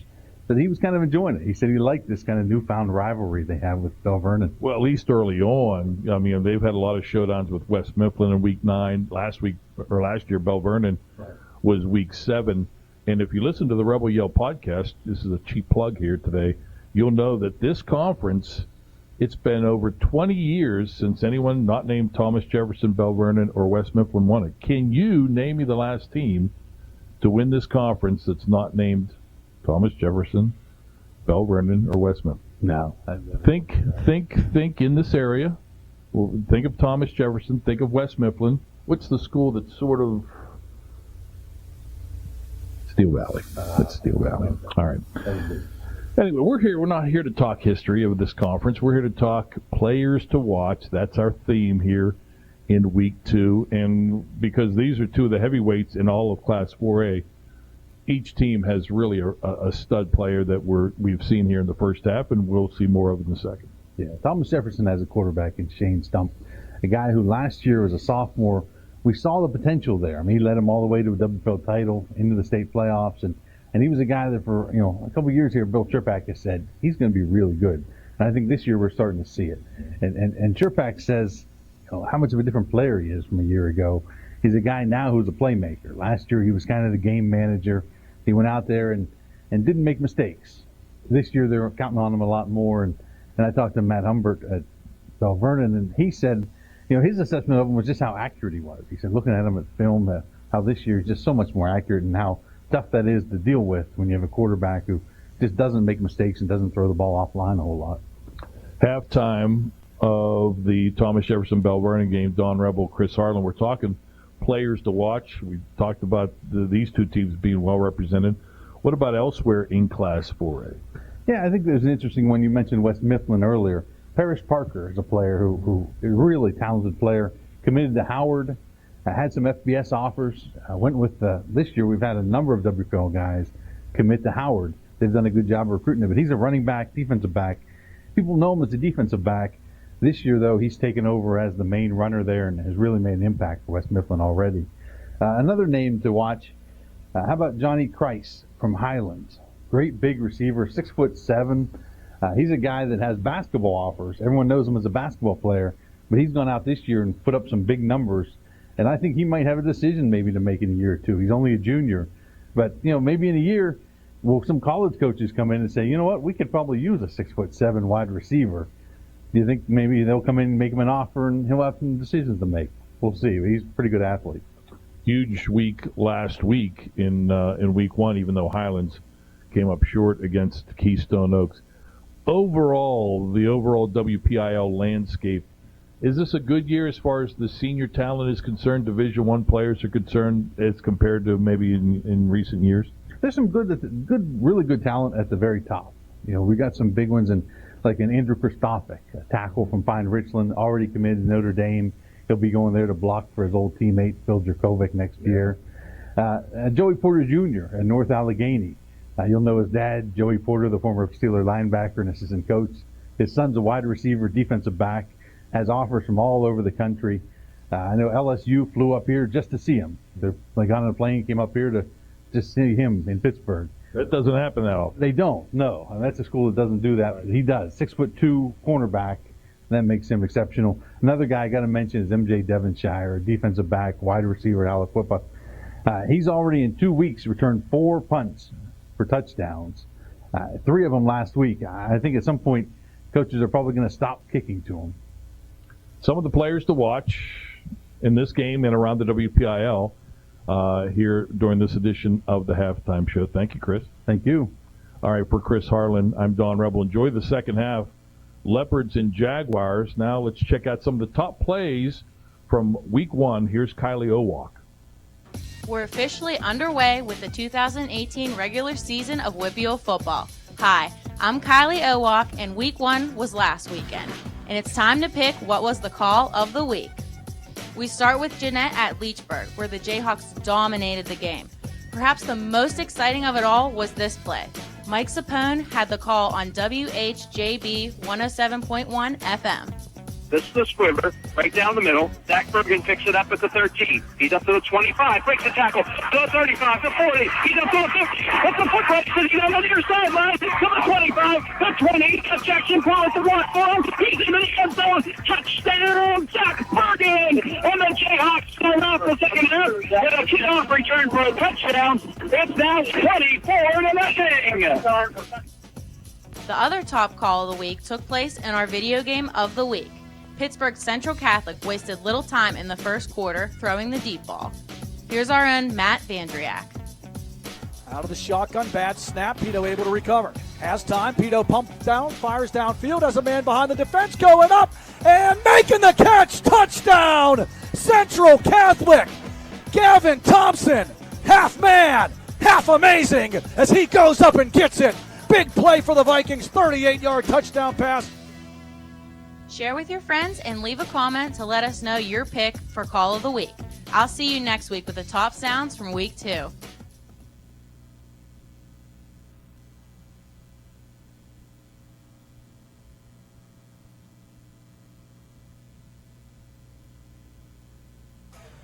Thank you very much, Kylie, and thank you, Dawn and Chris. Paul Paterra, Lou Rood, back with you at Belle Vernon Area High School, James K. Weir Stadium. Also,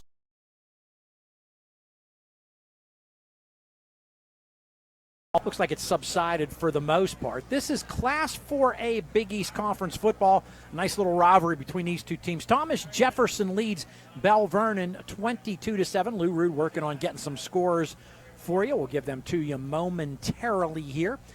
We've got some scores from some people out at the stands. I want to thank my brother Doug and Kristen Sinti. Doug at the Norwin Hempfield game, Kristen Sinti at the Penn Trafford Connellsville game. Friends of the network helping us out with some scores. And as soon as Lou gives me the high sign, I will send it to him for some scores. Next week, Belle Vernon will be on the road to take on Laurel Highlands. Thomas Jefferson will be at home to play Indiana. And we heard before the game the new high school at Thomas Jefferson. And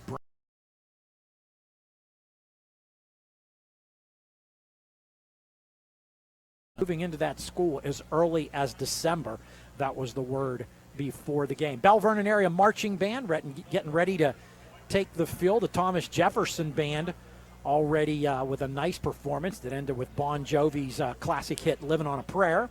We'll see what the Belle Vernon area band has in store for us. Band festivals just around the corner, and there are some great bands in the western Pennsylvania area, so if you get a chance to see any of them, please do yourself a favor and do that. You are ready, Mr. Rood? I got as many as I could. I'm still missing some, but I've got. Give us what you got. I've got a few. All right, let's start in 6A. In the conference up there, since there is only one conference, we don't have to identify it. North Allegheny 7, Pittsburgh Central Catholic nothing. Seneca Valley over Cannon McMillan 14-0. Mount Lebanon leading Butler 28-7. Norwin over Hempfield 13-7. That's 6A scores. 5A Allegheny 8 conference. Bethel Park and West Allegheny in a good one, tied 21-21. Baldwin leading Upper St. Clair, somewhat of a surprise there, 14-7. It's Peters Township over Woodland Hills 13-0. In the 5A Big East Conference, Gateway over Plum 35-0. McKeesport over Albert Gallatin, 42-0. Latrobe over Franklin Regional, 14-0. And Penn Trafford over Connellsville, 14-0. 5A Northern Conference, it is North Hills 7, Kiski Area 3. It's also Penn Hills over Fox Chapel, 38-0. Hampton over Shaler, 7-0. Pine Richland over Moon in a 6A versus 5A non-conference game, 42-7. No report on Chartiers Valley and Armstrong. 5A versus 4A. Mars leading Greensburg-Salem 28-0. 4A Northwest 8 Conference. South Fayette 26, Newcastle 0. Northwest 8 Conference, Blackhawk 21, Highlands 7. Northwest 8 Conference, it's Beaver 14, Knox 7. Big A Conference, our score here is 22-7, TJ over Belle Vernon. No report on Trinity West Mifflin or Indiana Ringgold. 4A non-conference, Montour leads Laurel Highlands 19-0. 4A versus 3A non-conference, it's Ambridge over Waynesburg 14-0. 3A Tri-County West Conference, Aliquippa 47, Quaker Valley 0. 3A Tri-County West Conference, Beaver Falls 21, Central Valley 7. No report on Keystone Oaks and Hopewell. North Catholic leading Freeport 40-0. EF leading Burrell 37-0. And Deer Lakes leading Uniontown 33-6. And Yawk leading Mount Pleasant 16-7. 3A non-conference, Derry leading South Park 27-6. 2A Allegheny Conference, it's Steel Valley 23, Avonworth 10. Shadyside Academy 36, Valley 6. Freedom 22, Riverside nothing in the Midwestern Athletic Conference. Neshannock leading Mohawk 14-13. And New Brighton leading Elwood City 14-6. 2A Century Conference, McGuffey 21, Fraser 21. Century Conference also, it's Beth Center 28, Brownsville 6, Southmoreland 30, Carmichael 6. 2A Three Rivers Conference, Brentwood and Seton LaSalle 0-0. Southside Beaver over Sarah Catholic 20-7. And it is Burgettstown 21, Fort Cherry 0. 2A non-conference, South Allegheny leading East Allegheny 10-0. No report on Apollo Ridge, Carlinton, or Summit Academy and Washington. 1A Big 7 Conference, Stowe Rocks 44, Union nothing. Laurel 44, Bishop Canevin 6. West Green 27, Shar Houston 0. California 31, Avella nothing. Jeff Morgan 26, Mapletown nothing. Eastern Conference, Jeanette leading Imani Christian 21-6. And Clairton leading Greensburg Central Catholic 26-0. And Paul, those are the ones I have scores on. Got an update, and Hempfield has overtaken Norwin 14-13 in the third quarter. An update on that one. A couple of them scores interesting. People are wondering if Baldwin's for real. They're leading Upper St. Clair. And Aliquippa losing in the WPIAL Championship game last year 2-0, putting a spanking on Quaker Valley. I guess maybe a little revenge there. You think? Perhaps. Score of this one, as Lou mentioned, 22-7. Thomas Jefferson leading Belle Vernon at the half. The music here in the background is the Belle Vernon Area Marching Band. So they're entertaining us here. And we will take a break. I just gave you the score, told you it's halftime. You're watching WPIAL Football 2018 on the TribLive High School Sports Network.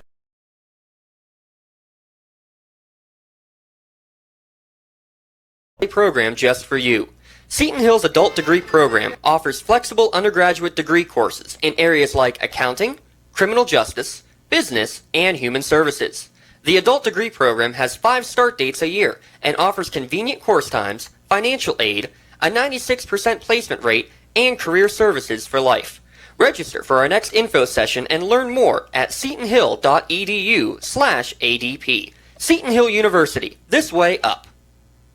There's a new fear, not of better options, of rising loan rates. It's real. Rates have gone up, and Dollar Bank still has one of the lowest around. With a rate as low as 3.29% APR with only $50,000 borrowed, fixed for 7 years, there's nothing to fear. You can renovate the kitchen or update a bathroom or 2. So lock in your rate now before they, well, I don't want to say it out loud. If choosing the better option is your worry, you can be confident that Dollar Bank's loan experts have only your best interests in mind, since they're not paid a commission. So lock in your rate before they go up again. Get those home improvements done with a rate as low as 3.29% APR, fixed for 7 years. Longer terms are available. Stop by, call 1-800-242-BANK, or visit dollar.bank. Dollar Bank, mutually inspired. Rate is for well-qualified borrowers and includes a discount with a maintained qualifying checking account. Not available for the refinance of a Dollar Bank loan, line, or mortgage of less than $15,000 in new money. Monthly payment of $13.34 per $1,000 borrowed. Other terms and conditions apply. Subject to change without notice. Equal housing lender.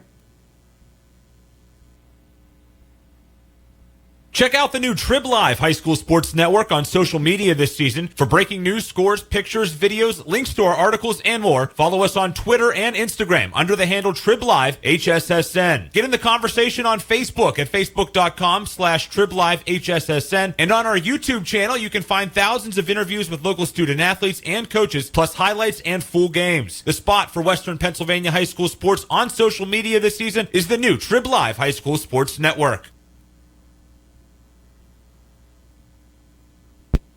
Paul Paterra, Lou Rood back at Belle Vernon Area High School.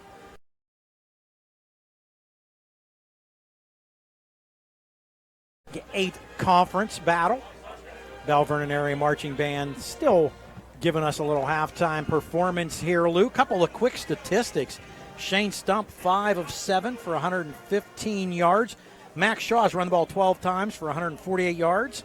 Mason Pasco for Belle Vernon, 14 carries, 186 yards in the first half. So some good offensive numbers for both teams in the first half, but the scoreboard belongs to the Jaguars of Thomas Jefferson with that 22-7 score. Turnovers have played a key factor in the game. Belle Vernon had a turnover early when they had a shot at a field goal. Bad snap, resulted in no points.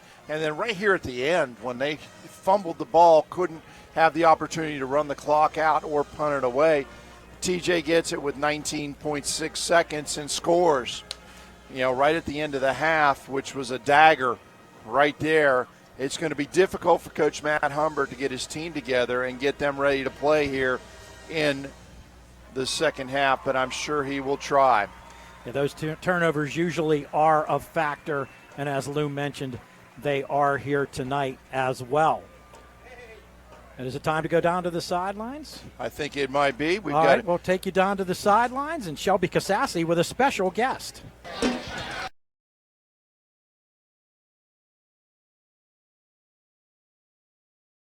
Had spinal fusion surgery to repair a 60-degree curve in her back.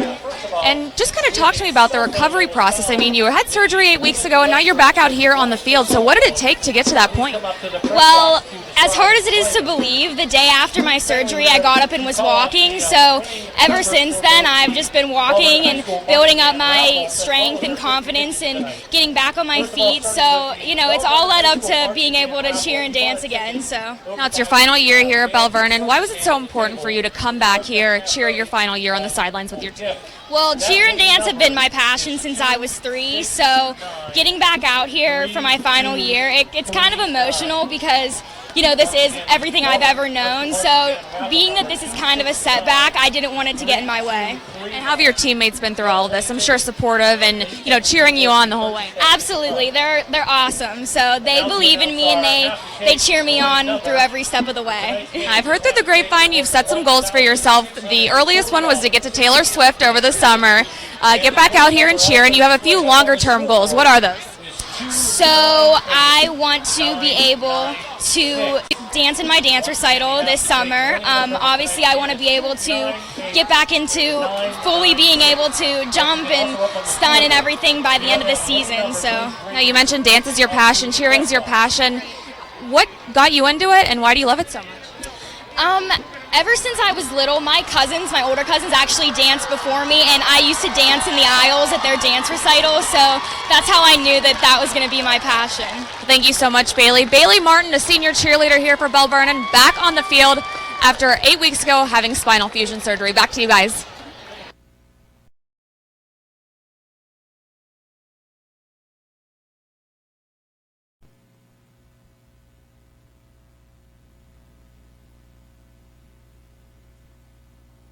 And a half. Belle Vernon Leopards in the green jerseys, green pants, gold.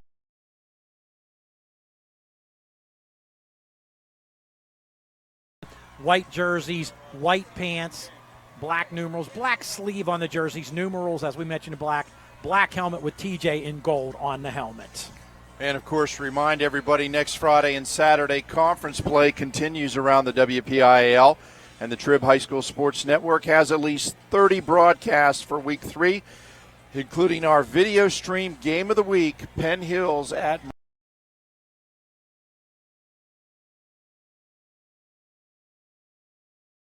say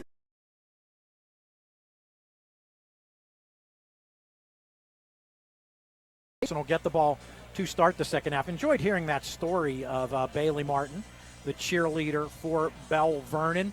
And she is quite a story, and I love the part where she said, "You're not going to believe this, but the day after my surgery, I was up and walking." This was after spinal fusion surgery. Spinal fusion, and from my understanding, she has 2 rods in her back and 16-some pins as well. She's one tough cookie. Yes, she is. And just being out on the field walking around is impressive, considering, and from what I understand, it was 2 months ago today that the surgery took place. So for 2 months, she's out there with the cheerleaders. Right. Fantastic story. Unreal. Great job by Shelby Casassi giving us that story on Bailey Martin. Officiating crew back on the field. Dave Barry's your referee tonight, along with Bill Schottenheimer, Paul Koval, Kevin Rombach, Alex Beasley, and Gino Sedlak. And, of course, we want to welcome Shelby to the team joining us this week. A great addition to our video streaming broadcast. The one thing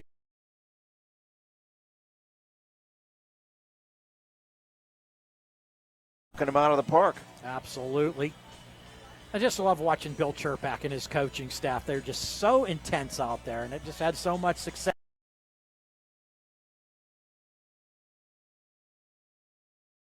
About this one before the game ends, and if you just joined us and you're watching the game and you're like, that field looks weird. Yes, they have gold turf.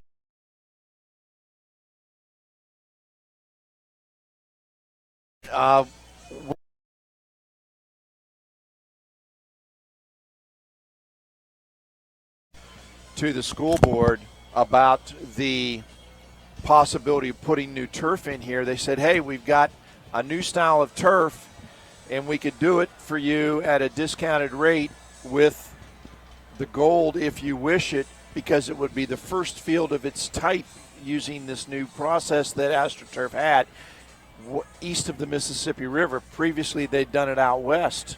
And so Belle Vernon said, hey, yeah, let's go for it. They wanted something unique. And so you hear a lot of things about this gold field.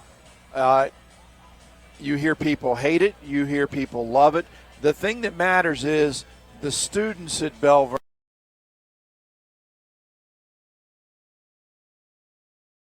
unique to them.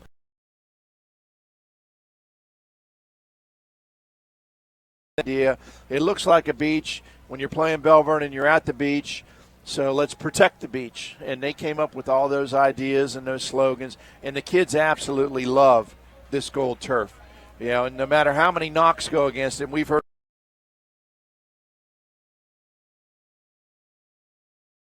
from the USA Today and some other people have been outspoken. You got to be here in person to see it. It looks a lot better in person than it might look on picture.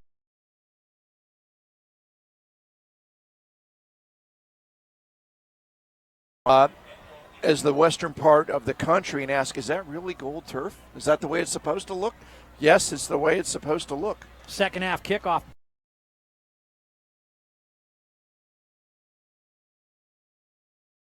And 10 at its 20. Of course, you think of fields like Boise State University has the blue turf, and I think it's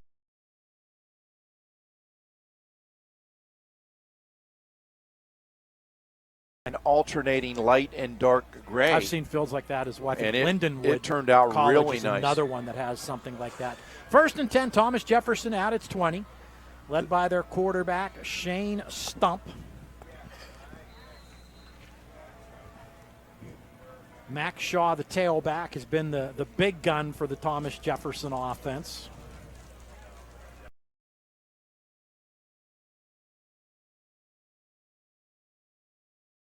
Jaguars going from right to left. Give to the tailback, Shaw. Shaw gets back to the line.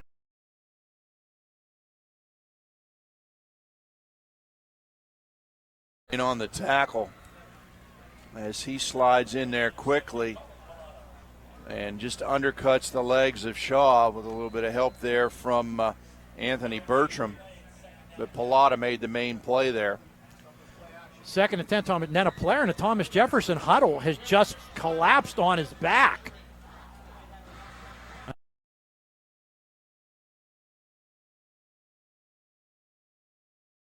Concerned, but it looks like a cramp, and it's still a humid night. Those cramps still do happen. Yeah, the weather has not broken yet. It is still a very humid night.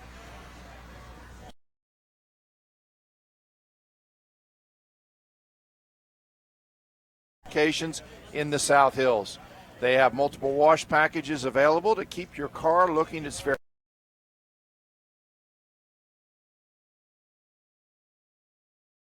dressing and Magic Repel. And remember, there's an easier way to wash your car. Check them out online at MrMagicCarWash.com.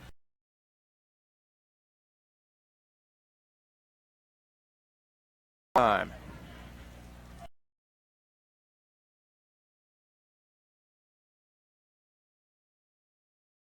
Buick, Cadillac, Ford, Honda.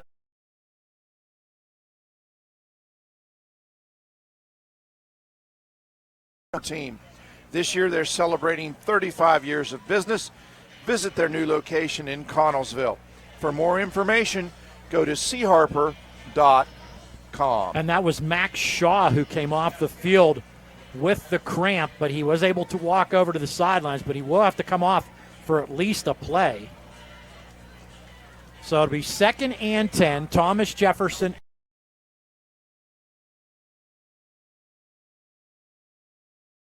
And the referee, there was people on the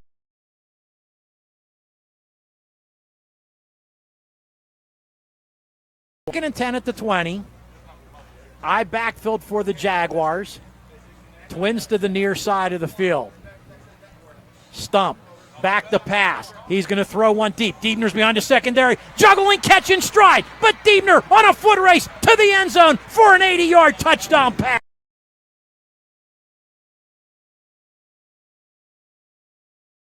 Nolan Labuda and made it look easy, and Stump just laid it in there.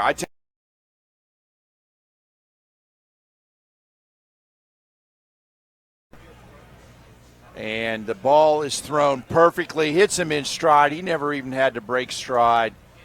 And Diebner is gone. A huge play for TJ to open the second half. That's the 5th time those two have hooked up for a touchdown already this season. And we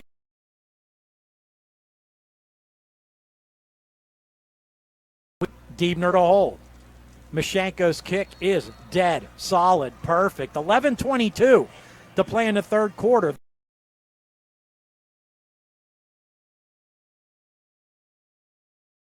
Now injured. You are watching WPIAL Football 2018 on the TribLive High School Sports Network.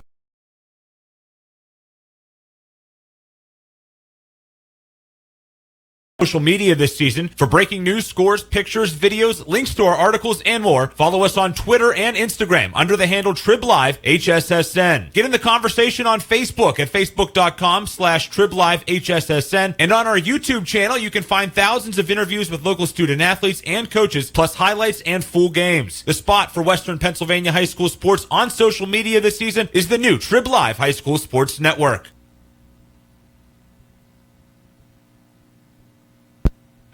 Coming up after the game, it's the WPIAL football score.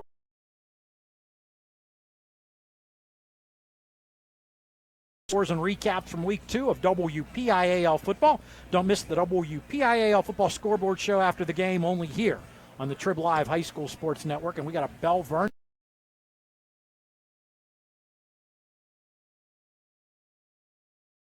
I think that's the number. That is, it's number 1. It's Anthony Bertram. So we've only played 38 seconds of the second half, had a couple of number 1s going down with cramps and an 80-yard touchdown pass. That takes Stump over 200 yards passing, and all of his completions have been to Diebner. They've got some water on the field, try to get some water into Bertram. They're trying to loosen up that leg a little bit. The gold helmet coming off for Anthony Bertram, trying to loosen up that leg. And as I mentioned before, you get a cramp, those buggers hurt. Oh, and it's been very hot and humid here in Western Pennsylvania. It's cooled off a little bit tonight.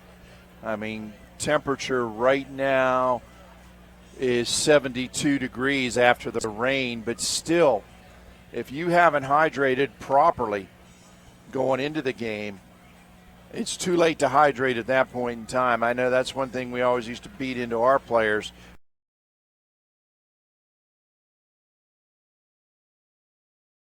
Play in weather like this. And he trots off the field, which is a good sign. Can you keep fruit in the locker room at halftime? Yeah, we always did. We have bananas always and oranges. And another thing we always kept in there, gummy bears to give the kids sugar to rebuild their sugar back up too. So Mashenko to kick off, Callaway and Pasco go deep. Okay, battling the cramps. And then you'd have the electrolyte drinks and obviously water. So, but the thing is, if you're cramping up now, you can stave them off for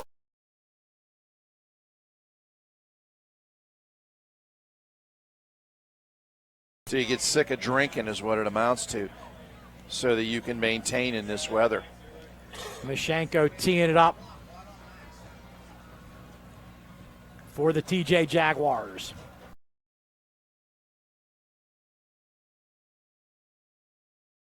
(10, 15, 20, far side, 30, 35, out of bounds.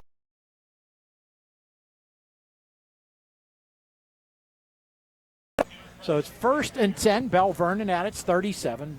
Leopards trailing the Thomas Jefferson Jaguars 29-7. And this is going to be a key drive for Belle Vernon. You know, they have to get some points on the board this time down. And then they have to try and get a stop on TJ because, you know, back-to-back touchdowns by the Jaguars the last 2 times they've had the ball have opened this game up from a 15-7, 8-point difference.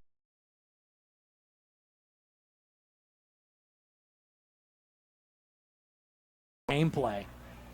Shotgun formation. Man in motion, fake to him, give the ball to Pasco off the right side. He breaks a tackle. Pasco over the 45. Ball is loose. There's a scramble.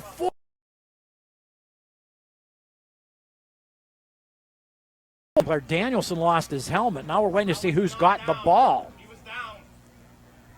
And it's still no indication. Thomas Jefferson foot.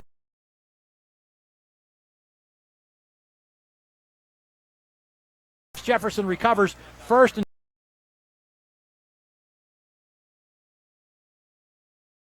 Breaks through the hole there.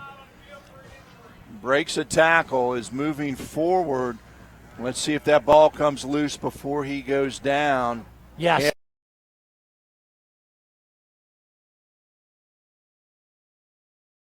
Poked the ball free for TJ. Did a beautiful job punching that ball out.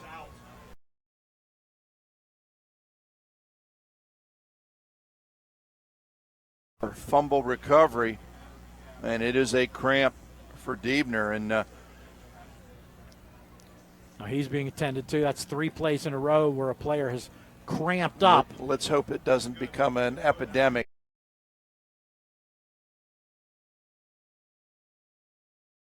And if it had been a soccer match, there'd have been about 20 minutes of stoppage.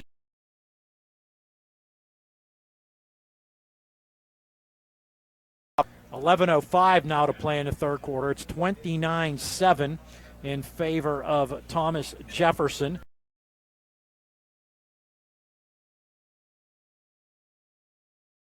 Volleyball.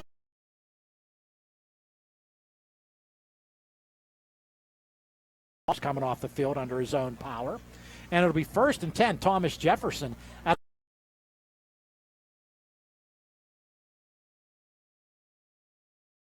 defensively has to find a way to stop the Jaguars right now. The only thing that helps on this play is Diebner's going to be on the sideline, but as there's Shaw. a lot as Shaw, but there's Shaw, still some weapons out there. No, I don't see Shaw out there either. So they're without their 2 main weapons in Shaw and Diebner.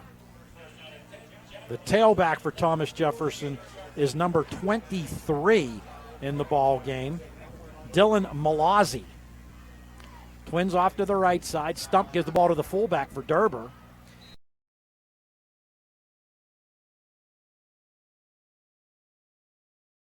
On a quick guard trap. Guard pulls number 50. Barrett makes a nice block, and where Derber goes right up in the hole for a 4-yard gain. Barrett has had a nice game on both sides of the ball tonight for the Jaguars. But you know Thomas Jefferson is good at burning the clock. Oh yeah, they are quite adept at that. 2nd and 6, ball at the 42. Paul, you don't win as many games as Bill Chirpak has won and as many championships as he's won without knowing what you're doing. He's an outstanding coach. They will burn the play clock down.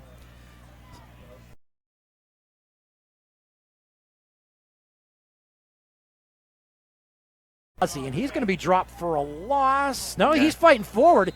But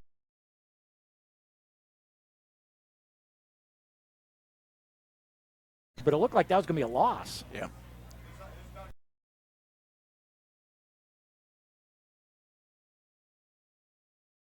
For no gain, bounces off of one, puts his head down, and just kind of drives his leg forward to pick up positive yardage. And,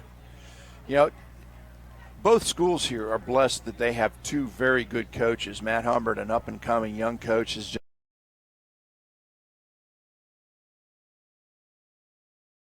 legend for TJ.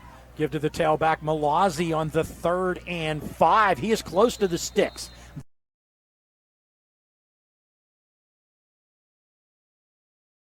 Coach Chirpak just throws.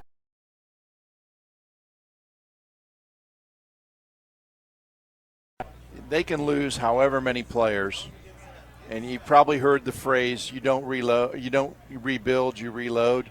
TJ reloads. And it's just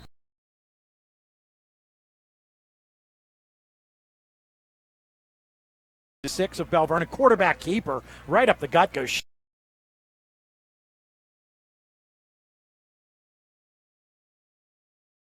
40.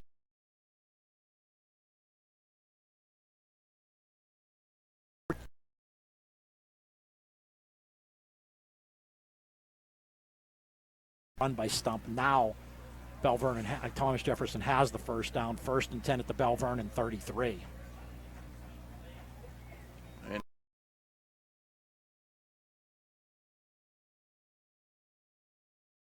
Stump under center, and he's going to have to call a timeout. 8:46 to play in the third quarter. It's 29-7. Thomas Jefferson leads Belle Vernon. It's the first time out for Thomas Jefferson here in the second half. Do we need a break?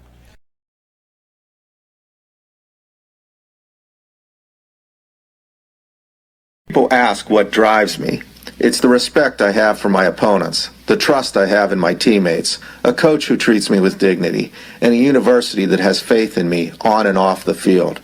That's what keeps me focused, why I practice harder, play my heart out. I play to win. I play for Carlo. Tell us your story using #WhatDriveSYou. Carlo University is a proud sponsor of the TribLive High School Sports Network. Reminder, coming up after the game, it's the WPIAL Football Scoreboard Show with Don Rebel from the new Trib.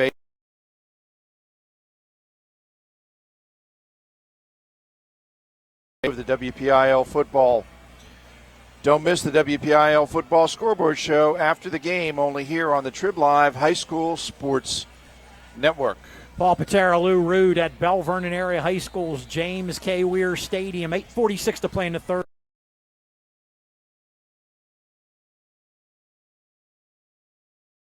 Showdown. Thomas Jefferson leads Belle Vernon 29-7. A score from Class 6A. Norwin leads Hempfield 21-14. That one kind of a seesaw affair. Back on the field.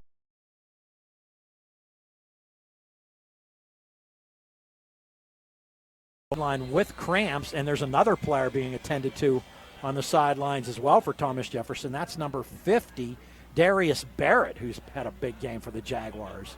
So some key players cramping up for the Jaguars. Twins to the near side of the field, backs in the eye. The deep man, Dylan Malazzi. Stump looking to pass, getting some pressure. He's sacked, and the ball is loose, and it's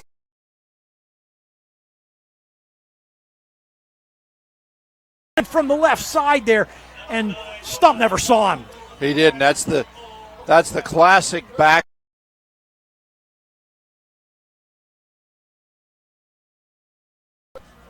And Johnson just comes off the edge. Well, we don't see it. And he gets just leveled in the ball.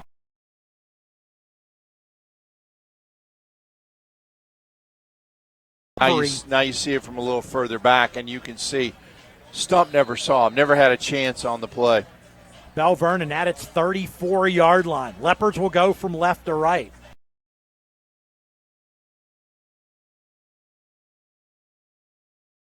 Looking for Diebner, and Thomas Jefferson's confused.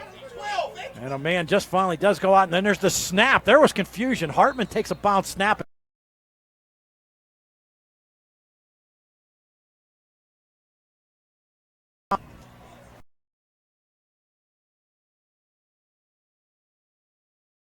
That threw Belle Vernon off. Yeah, well, what happened, you couldn't see, but a young man, I think he left his mouthpiece on the field. He ran out on the field to retrieve.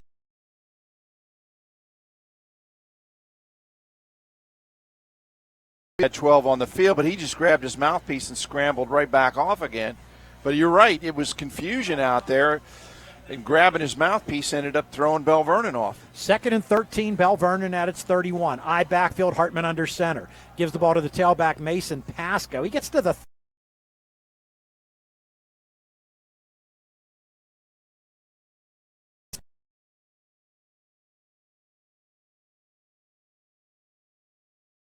DJ sniffed it out and was able to make the stop.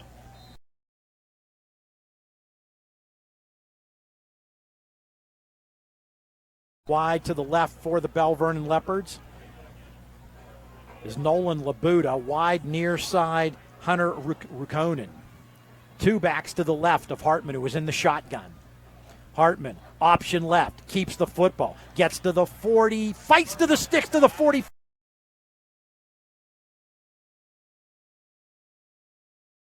In fact, we got two of them.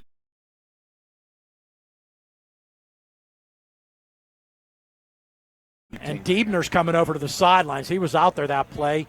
So Thomas Jefferson, several players cramping up for the Jaguars. Belle Vernon player down as well. So that time Belle Vernon tried to run a speed option, and Hartman made a nice fake.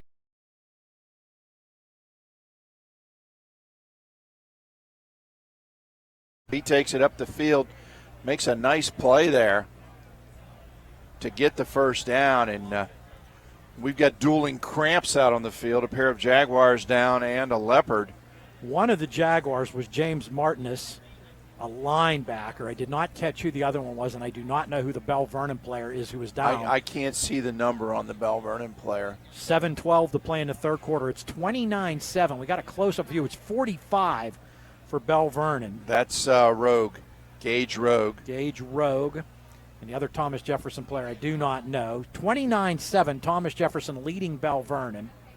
And the trainers are getting their money's worth tonight, tending to several cramping up players on this humid Friday evening. Well, let's take care of this bit of business here.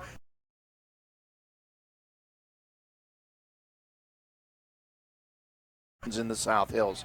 They have multiple wash packages available to keep your car looking its very best.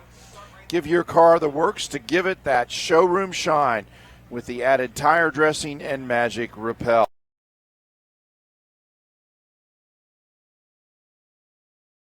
MrMagicCarWash.com or visit a location near you to keep your car clean, shiny, and dry every time. And if you're looking for a new car, look no further than C. Harper Auto Group. Chevy, Buick, Cadillac, Ford, Honda, Kia, commercial trucks, and service. With C. Harper, it's just that easy with your winning C. Harper team. This year, they're celebrating 35 years of business. Visit their new location in Connellsville. For more information, go to charper.com.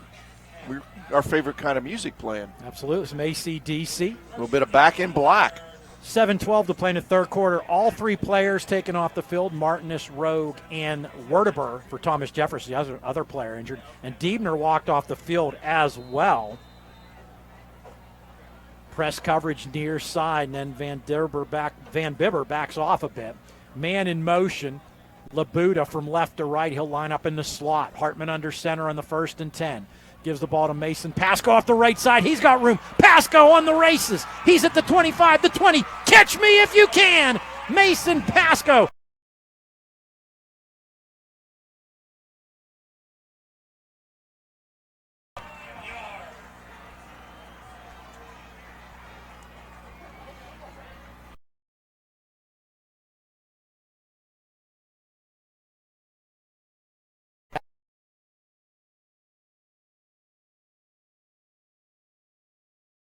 Just took off, and it was a foot race, and there was nobody catching him. So that makes it 29-13. A big turnover on the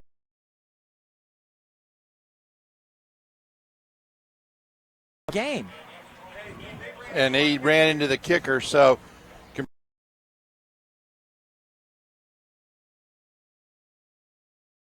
to play in the third quarter, 29-14.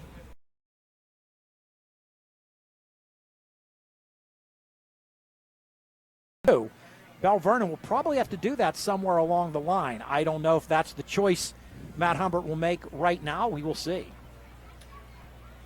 And what a play by Mason Pasco. That's twice now he's exploded up the middle on huge runs.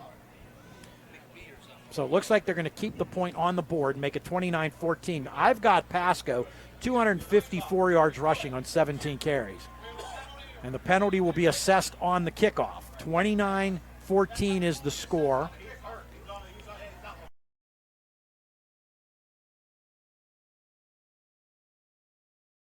Jefferson's losing a lot of players. Cramp.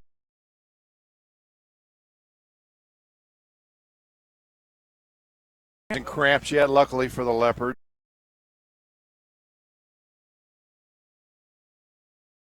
Great running backs over.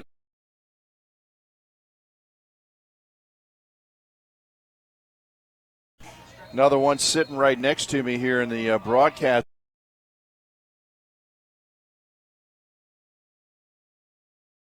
1,400 yards rushing his senior year. Went to the semifinals, lost.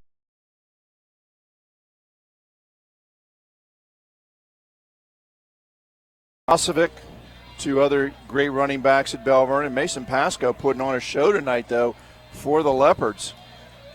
So guess we'll kick off at the 45-yard line after the penalty.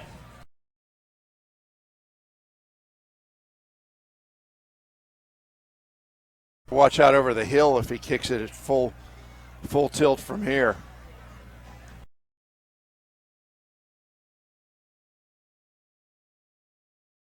Easy that time.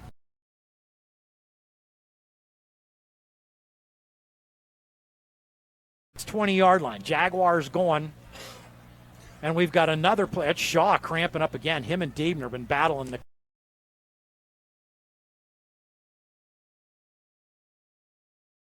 Stays on the field.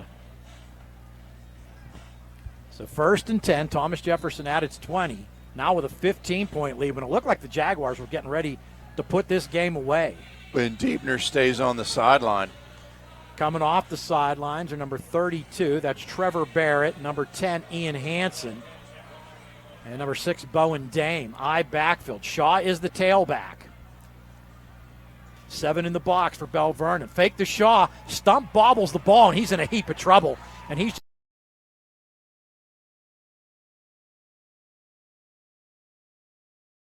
could bootleg here, or just a bad exchange, and there was nowhere to go, and he did the smart thing, get on the ground fast. No sense in taking any punishment there, as the Belle Vernon Leopards had him completely encircled. And Shaw comes over to the sidelines. Those cramps must be bothering him. It is second.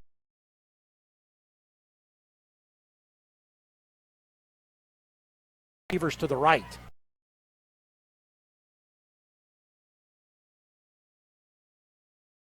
Ward.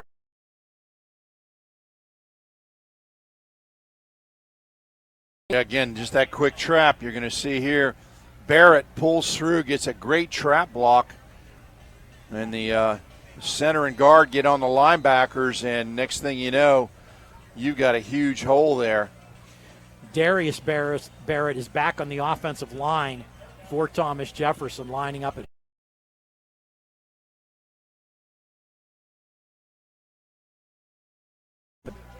Shane Stump under center.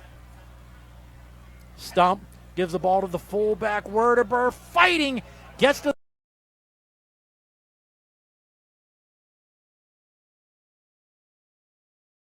actually.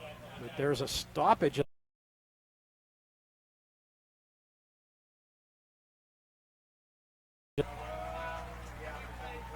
So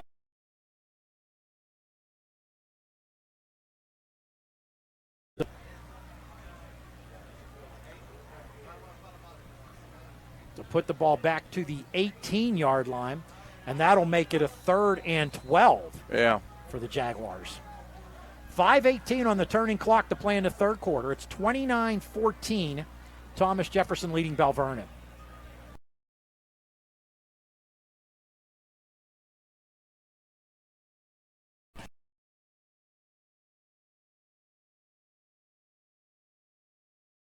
Stump takes the snap. Fakes, throws the middle screen. The pass is complete to Hansen. Hansen's over the 20.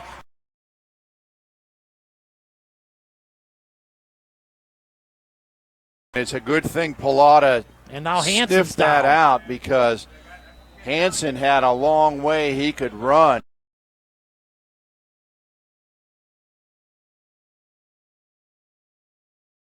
Screen to the right, and Pilata, if he doesn't make that tackle, there was a lot of room for Hansen to run, and now he's cramping up. And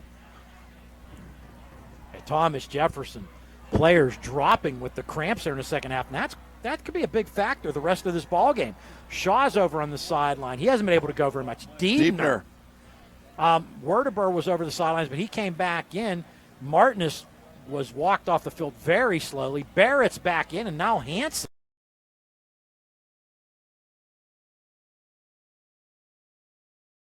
Now Hansen's going to walk on the field. He looks to be in pretty good shape.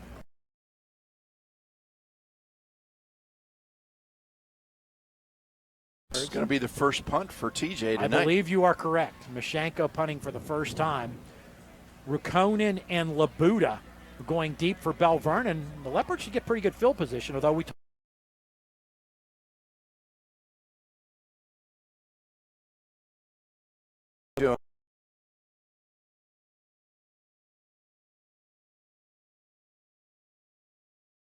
he booms it.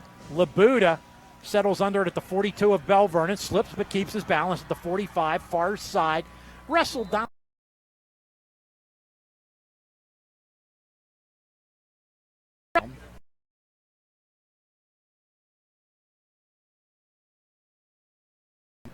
They're pointing towards Belle Vernon. Might be a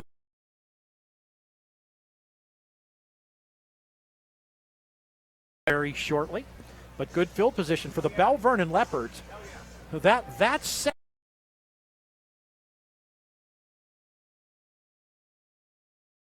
same around.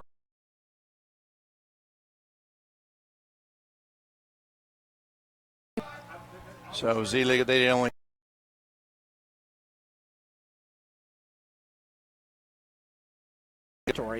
the sack, stump fumbled. Belle Vernon got the ball. Pasco scored a touchdown. Now Belle Vernon has it 1st and 10 at the 47 of Thomas Jefferson. There's still 4:24 to play in the third quarter. Yeah, and momentum is slid over to the Leopards right now. Thomas Jefferson losing a lot of key players to cramps. Looking for Shaw and Diebner. Diebner's right down there, bent over by about the 28-yard line. Hartman under center. One back behind him. There's a wing back off to the right side. Offset eye this time for the Leopards. Give to Pasco. Pasco tries the right side, squirts through the hole.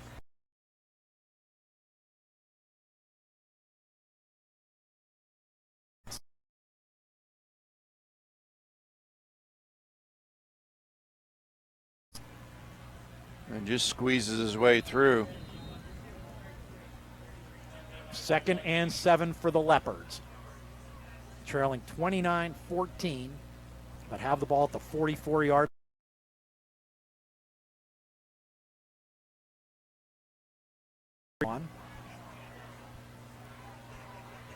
Empty backfield this time. Hartman in the shotgun. A receiver and wingback each way. Now Pasco in motion goes back to the backfield. Fake to him. Hartman keeps the football. Hartman gets to the 40 of Thomas.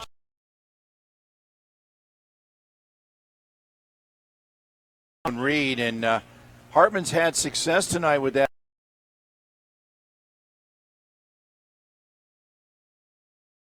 Here he reads the defense, pulls it, and heads up through the middle and gets a nice gain. So a good read by Jared Hartman. 3rd and 3 for Belle Vernon, the Thomas Jefferson 40.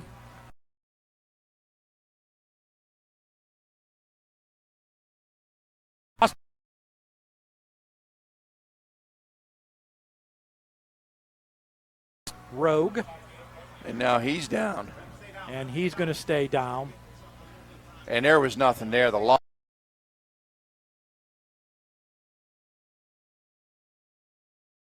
In a hurry. Rogue down for the 2nd time with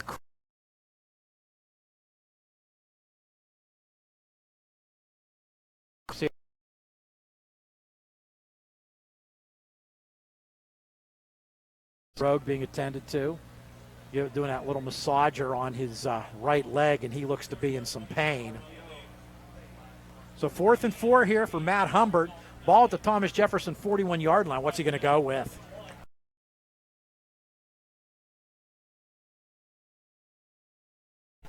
To be honest, he's been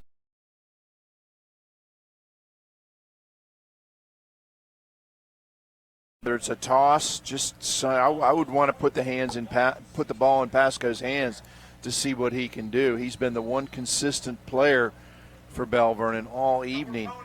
I mean, Hartman's done well running the ball, but what's Pasco got? He get close to 200. I got him with 257.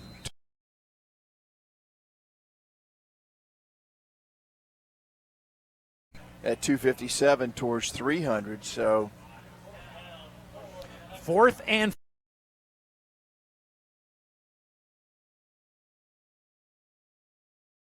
back to his right. Trips to the near side of the field for the Leopards. Thomas Jefferson rushes 4. Hartman takes the snap, keeps the football. He's stacked up, he's fighting, and he will not get the first down.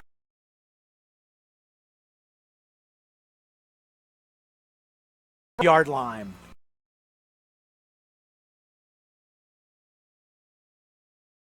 Nowhere to run. That's 63 and 50 for TJ. 50 is Barrett. And 63 is Dom Scarapiglia. And another Thomas Jefferson player down, and that's Barrett again. He's been down a couple of times. Well, Barrett and Scarapiglia earned their keep on that one.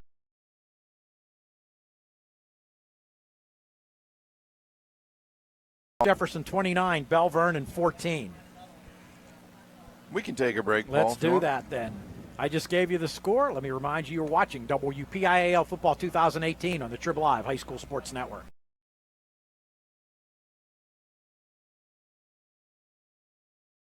Sports Network website every day. Log on to hssn.triblive.com for all the schedules, the scores, the standings, great articles, and features from around the WPIAL. And of course, live and archived broadcasts.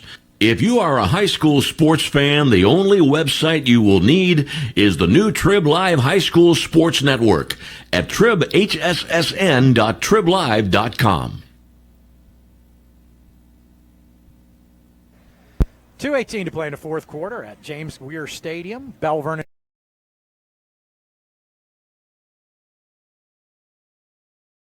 The humidity has been getting to these players here in the second half. Several of them down on the field due to cramps. Darius Barrett, second time he's battled them, and he's coming over to the sidelines. Thomas Jefferson.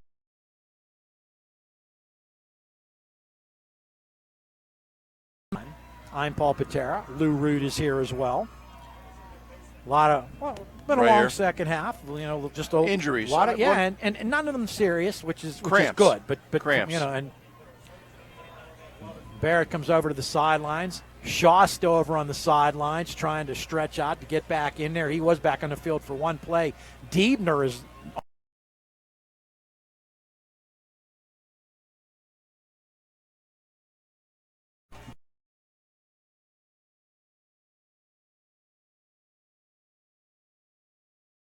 Going from right to left.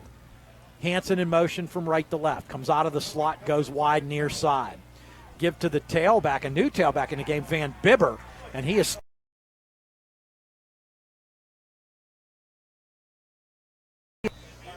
Yep. And it looks like number 1. Yep, that is number 1. That is Anthony Bertram. And this is his second or third time down for cramps tonight. And again, as I said, Paul, I coached for a long time, and I know what we used to tell our players. And if you're at this point in a game and you're cramping up, you can get them back for a few.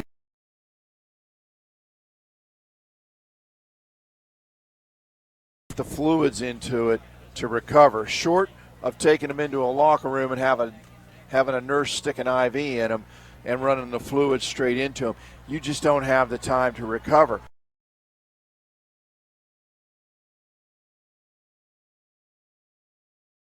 I hate to say this, but we're going to see this the rest of the game from both teams. Yeah, Bertram still on his back, still being attended to.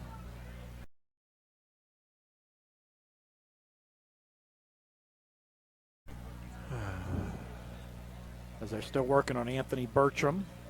Belle Vernon next week on the road to take on Laurel Highlands.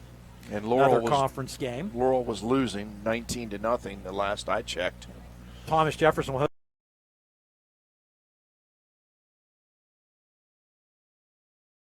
Hempfield 28-20. Norton, of course, led by talented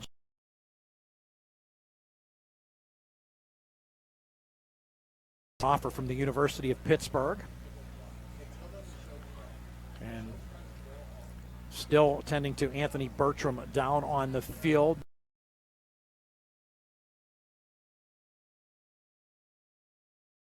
A player has gone down with the cramps, and it is a warm, humid evening. We did have a deluge of rain in the first half for about 10, maybe 15 minutes. but obviously it's still humid out there, and they're still working on the leg of Bertram. And then looking on the sidelines, Max Shaw's only been able to come back on the field for one play. He's still on the sidelines. Diebner was being stretched out. He's still on the sidelines. Barrett came off the field with cramps. Hansen did. Martinez. And for Belle Vernon, Rogue and Bertram, that's at least 7 players, and I know I'm forgetting somebody who has been cramped up here tonight. And they have got Bertram up, and he's going to hobble over to the side.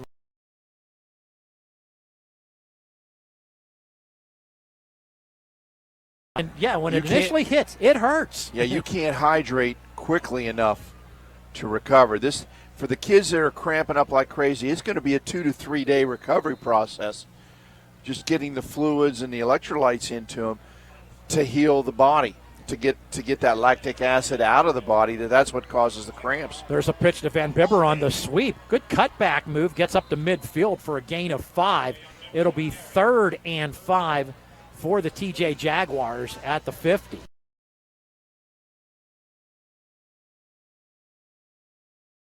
Oh, but he's not cramped. He's going back into the huddle. I mean, I know it's tough to play. It's tough to play football. You got all those pads on, and it's hot out.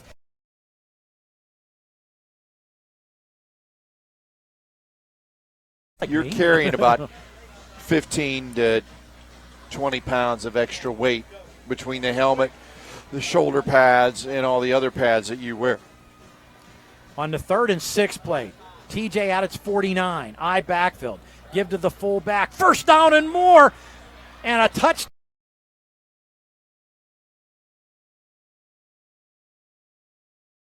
That tackle, that might be a TJ touchdown. Yeah, Jake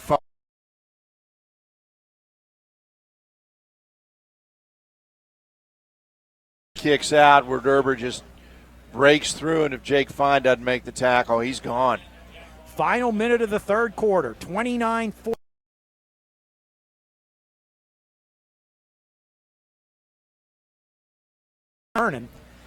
Jaguars don't break the huddle till there's like 7 seconds left on the play clock. They're going to have to snap the ball quick, and they do. Give to the tailback, Van Bibber off the left side. He puts the head down, gets inside.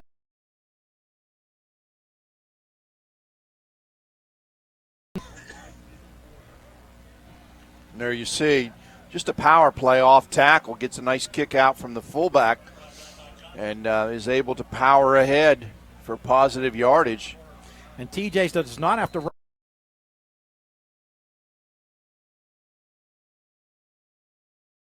Thomas Jefferson 29, Belle Vernon 14. You're watching WPIAL Football 2018 right here on the TribLive High School Sports Network.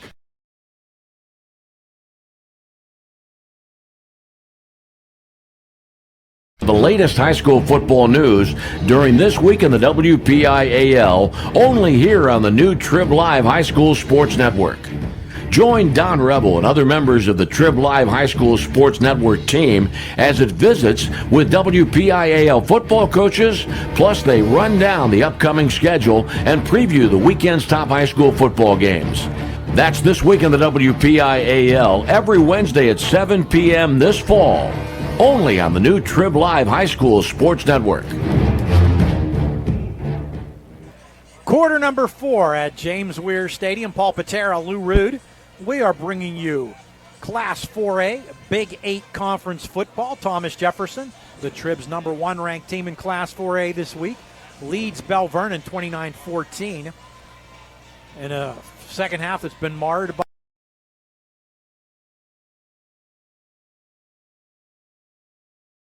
hydrate. Barrett's back out there for Thomas Jefferson. Shaw is still guzzling water on the sidelines. Haven't seen Diebner either. Yeah, it's tough. It really is. You can drink as much water, electrolyte things, which we all know,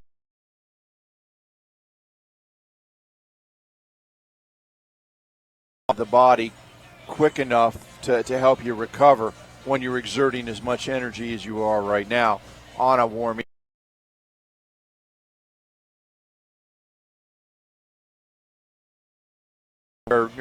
minute minute here. I'm going to get one more in here for Mr. Magic Car Wash.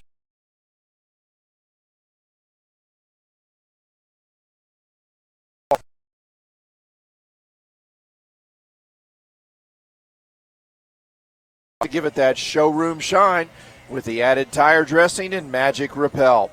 And remember, there's an easier way to wash your car. Check them out online at MrMagicCarWash.com or visit a location near you to keep your car clean, shiny, and dry every time. A score from Penn Trafford High School at the end of 3. Warriors lead Connellsville 57.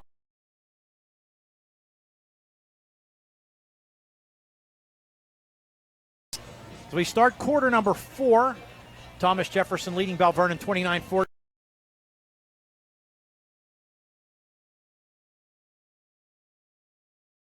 TJ's down to its third tailback, and he's still gaining yardage. That's Van Bibber now in the game. That's because the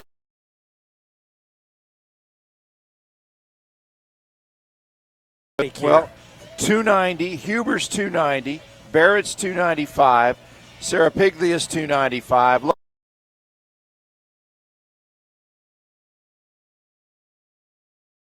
Front. That's third tailback is Deron Van Bibber, 5'10", 160-pound sophomore. As Max Shaw left the game due to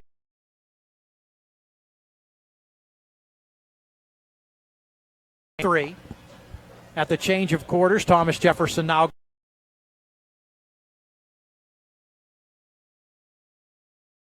under center. Stump on the keeper over left guard. Forges ahead inside.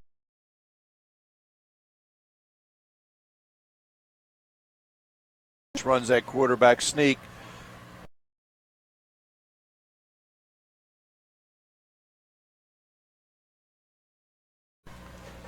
So 1st and 10. Well, we got a penalty Jefferson. marker down, obviously. Penalty marker down.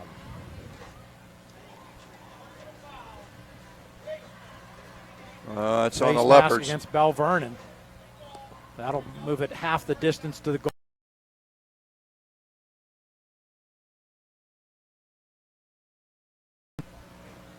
So tack on a few more yards. Thomas Jefferson now threatening to put a little bit bigger lead. Preston Zandier, another sophomore.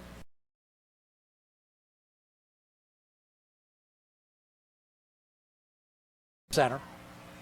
Deep man is Van Bibber. Verteber is the fullback. Stump. Van Bibber off the right side. Finds a bit of a hole and gets in.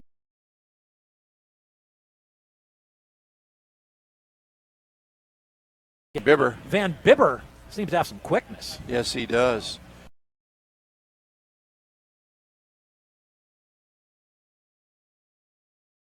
Able to get upfield. Martin is back on the field for Thomas Jefferson. He went off for cramps. He's also a tight end as well as plays linebacker.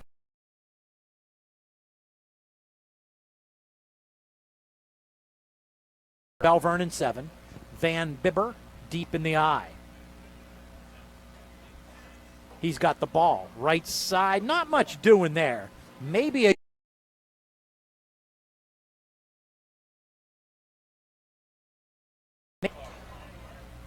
Rebar and Bertram.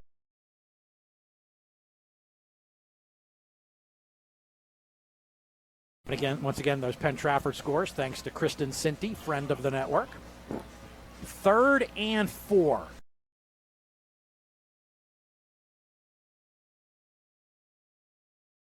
Wide receiver. He'll line up wide right, near side.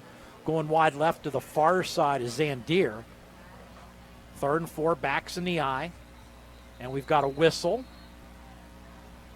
Timeout taken by Thomas Jefferson. Clock was down. Play clock was down to 1.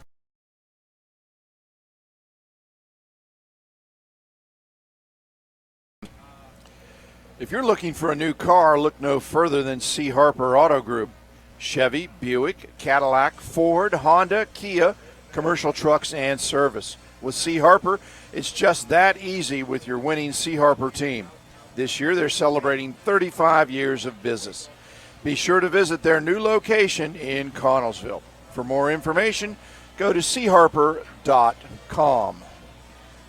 29-14, Thomas Jefferson leads Belle Vernon. 10:06 to play in the fourth quarter. Paul Paterra, Lou Rood at the beach. James K. Weir Stadium at Belle Vernon Area High School. Now, Diebner is jogging a little bit. Maybe he's worked out them cramps somewhat. Shaw's still stretching it out some. Cramps have been the story here in the second half. Thomas Jefferson has it third and fourth. The Belle Vernon 6. Well, Thomas Jefferson's down to one time.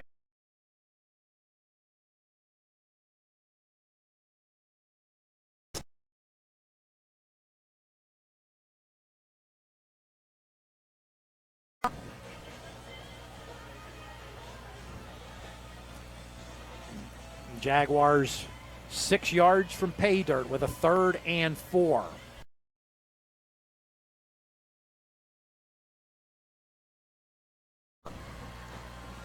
Thomas Jefferson will host Indiana. Belle Vernon will travel to Laurel Highlands.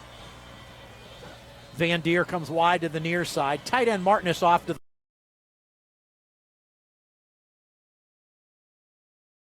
bars as well. Van Bibber, deep man in the eye on the 3rd and 4. Gets the ball off the left side. He's going to take the ball into the end zone for the Thomas Jefferson.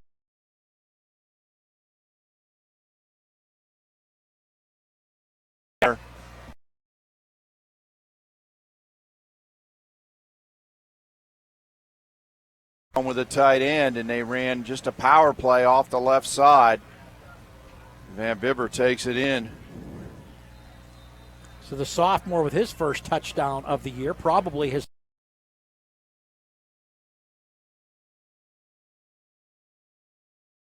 new holder with Diebner injured. That'll be Jake Pugh doing the holding. He puts it down.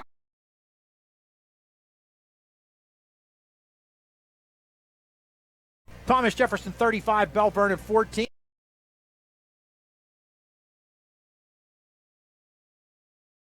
Sports Network.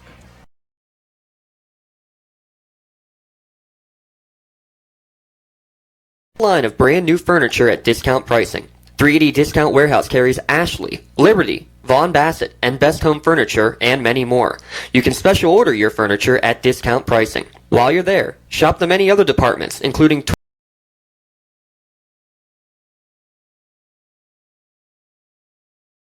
holiday decor. Visit them on the web at shop380.com or on the road on Route 380.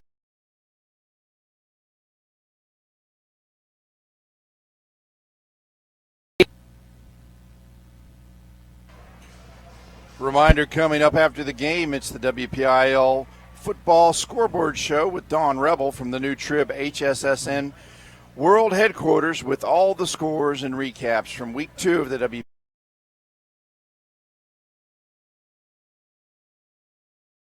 Only here on the TribLive High School Sports Network. 10:02 to play in the fourth quarter, 36-14. Thomas Jefferson leads Belle Vernon. Belle Vernon will get the football from Thomas Jefferson here. The Jaguars will kick it off. Pasco and Callaway deep.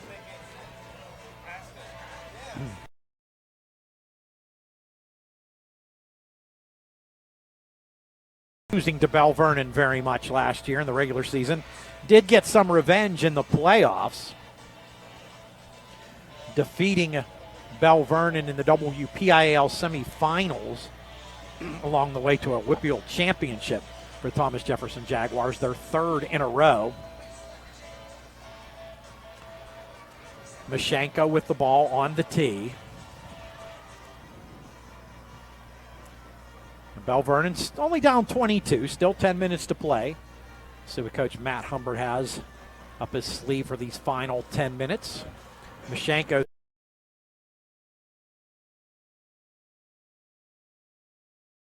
15, going from left to right, trying to get wide, gets away from some tacklers and is out of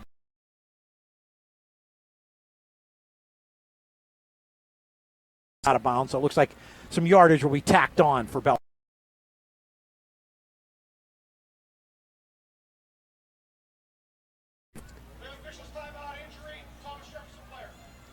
And I think that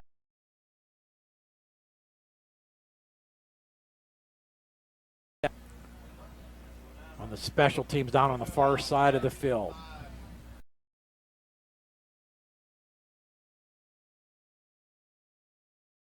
Referee Dave Barry there, longtime official, as you mentioned. And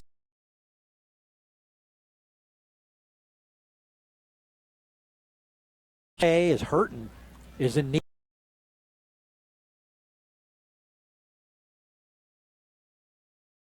And if you are interested in officiating, if you go to the PIAA website,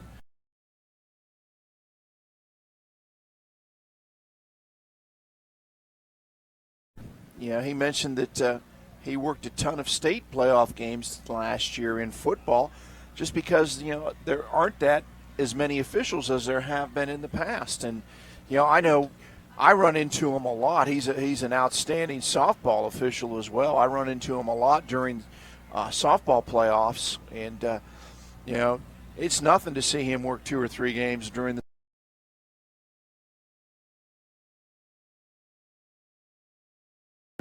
longtime official Dave Barry. Also referees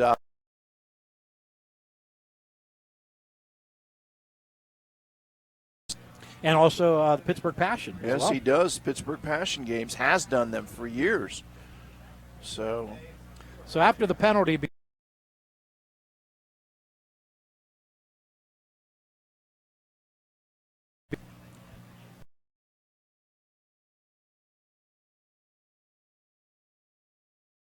the eye for the Leopards. Twins to the near side of the field, flanking out left. Rukonen in the slot.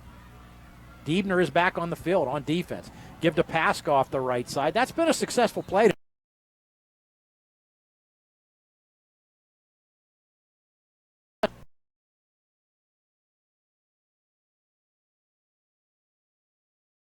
They're not getting the push up front that they got earlier.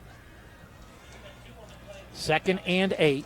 Diebner was working on his leg after that play, but he's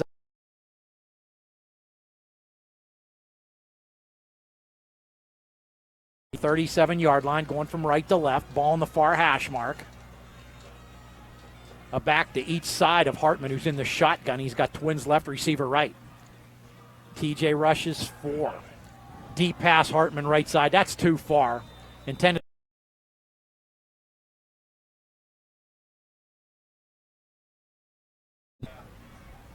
Good coverage downfield for the Thomas Jefferson Jaguars. And there you see the pass well overthrown as they were with Rukonen step for step. Hartman getting the play over on the sidelines for the Belle Vernon Leopards offense. 3rd and 8, Belle Vernon at its 37-yard line.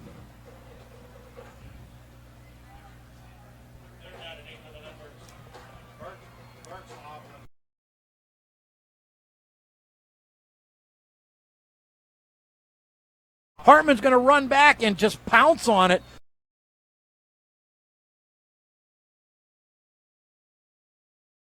And Belle Vernon will have to punt the football.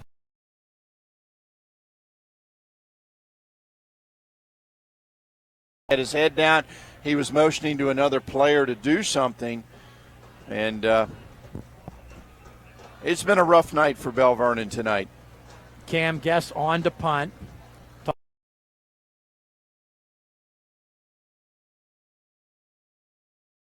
Go.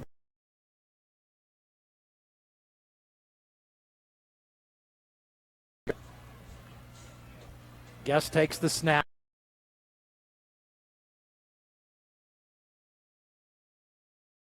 And it takes a nice bounce for Belle Vernon back to the 3rd.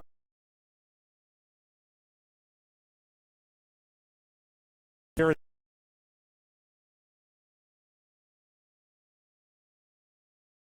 is take time off the clock that he is very adept at with these Jaguars. And I don't think Max Shaw and Diebner probably don't need to come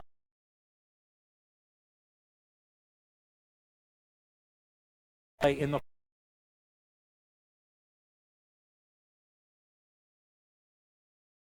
we just have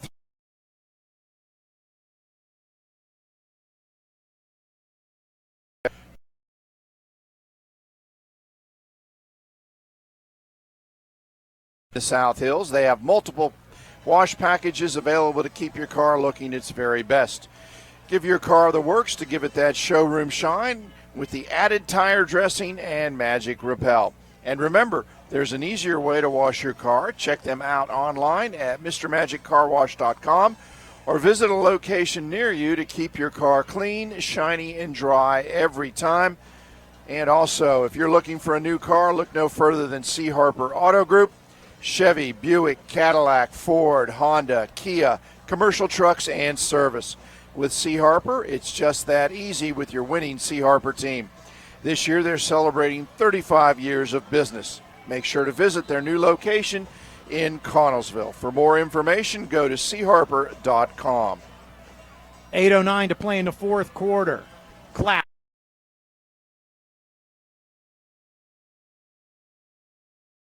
And TJ has it 1st and 10 at its 30. Jaguars going from left to right. And you know Bill Chirpak will want to take some time off the clock. I think they're just going to run the ball here, Paul. I would think. It's one of those where we've got enough points all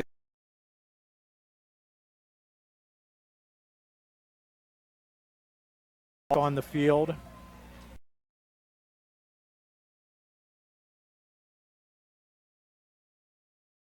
Successful play all night.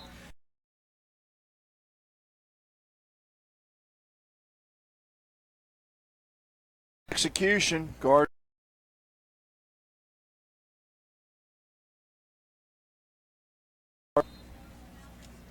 So 2nd and 1.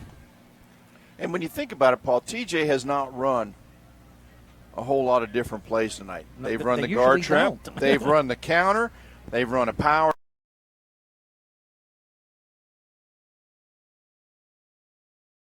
And the fades.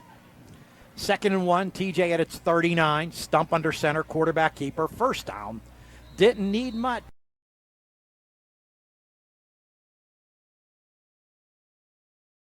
Plays. What they do run, though, they execute extremely well, and that's a credit to Coach Bill Chirpak and his staff. Max Shaw.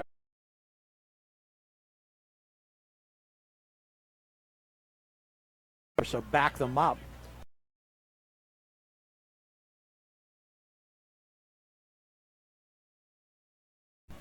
So back Thomas Jefferson.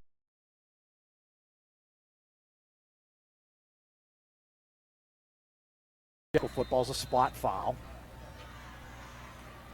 I'll be honest, in that mass of humanity, I don't know how they saw the whole.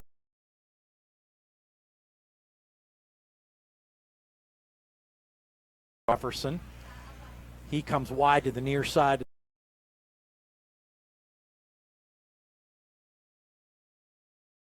Filled for the Jaguars. Again, running the play clock down the 1. There's a give to the tailback, and that's Shaw. Shaw gets.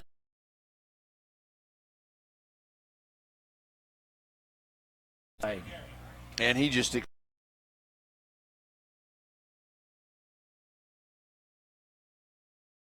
G block on the power there, and he was able to explode up in there. G block means the guard pulled and kicked out.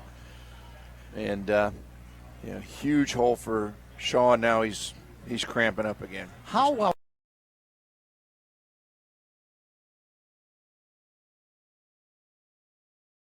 Backfield again, twins to the far side. There's Verteber, the fullback. He's got another big hole inside Belle Vernon territory.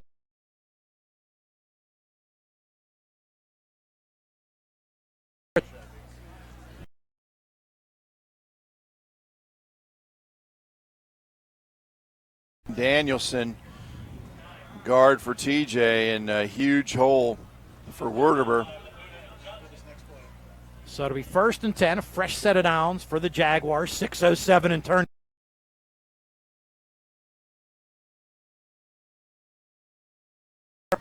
Thomas Jefferson leads. There's Van Bibber back in the game on a sweep, and he slips and falls at the 35, a gain of 5. So that'll make it a 2nd and 5 for the Jaguars.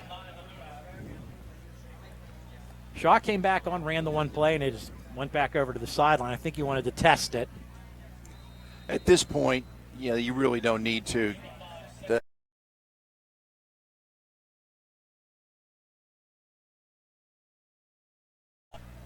The outcome of this one's somewhat dictated right now since TJ has the ball and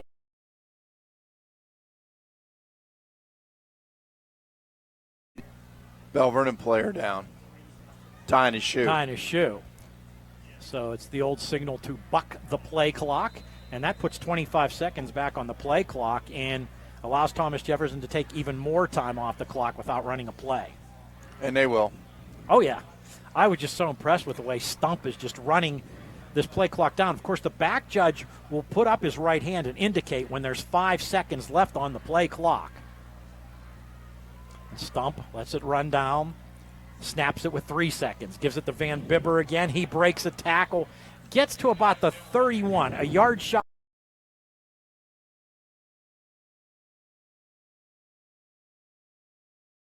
Yeah, and the key is, he made a couple people miss that time, but the TJ line up front. They're good. Mike Huber, Darius Barrett, Dom Serapiglia, Logan Danielson, Mac Duda, they have just done an outstanding job up front for Thomas Jefferson tonight. So it'll be 3rd and 1 for the Jaguars.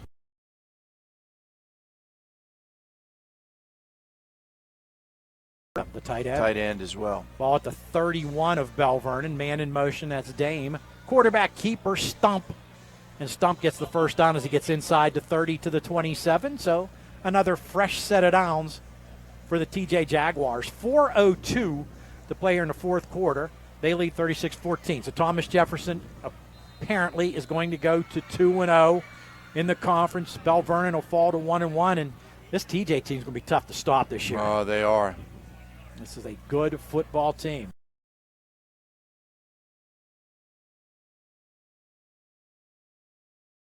Well, they were ranked number one for a reason.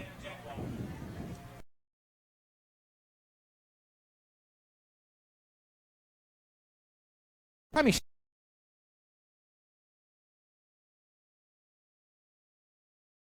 football, and they help Vertebra up. He's been battling.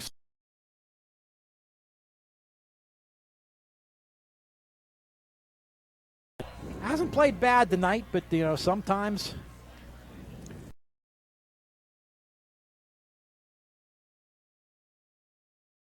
Play of the trap, and that time Belle Vernon defensive lineman was able to sneak under the guard and make the play, and that was Dakota Marion that made the stop for Belle Vernon. And we had some movement. Stump ran the play clock down to 1, but I think this penalty will be and is against the Thomas Jefferson Jaguars. A legal procedure, back them up 5. I don't think they really care at this point.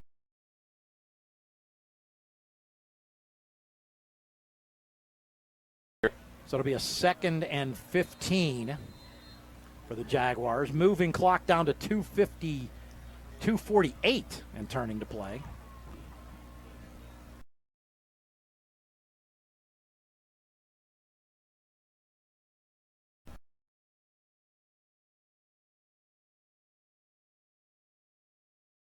That's the eye. Hansen in motion from left to right.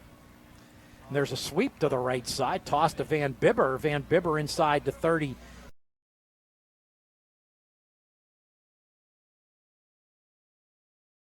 He looks like he's.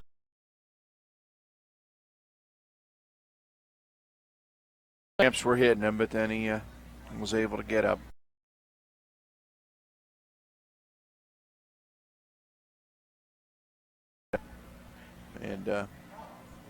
And this is valuable time for him. It is. As the clock winds under 2 minutes to play. 3rd and 9. Thomas Jefferson at the 26 of Belle Vernon, excuse me. Give to the fullback Vertebra. Gets to about the 20.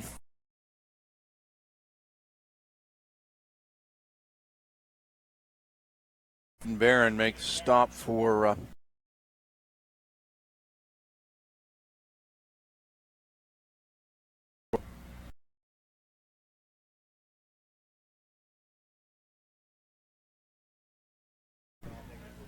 Barron able to bring him down. And when you got a 295-pound center to follow, there's usually some yardage there for you. 4th and 6. Thomas Jefferson at the Belle Vernon 23, and a timeout taken by Thomas Jefferson with 1:07 to play in the fourth quarter. It's 36-14. Thomas Jefferson leads Belle Vernon. Of course, this score and scores of all the games of Week 2 of the WPIAL season and recaps will be coming your way as soon as we are done here on the high.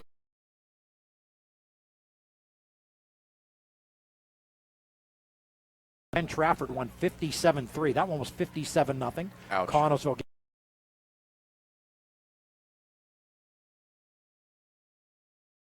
High School Sports Network North.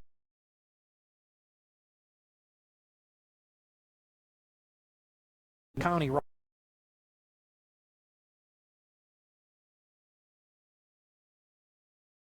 Good. Yeah. Usually they are. I mean, Art Walker's a good coach. The University of North Allegheny. And a lot of people think it's going to come down to North Allegheny, Pine Richland, and Central Catholic.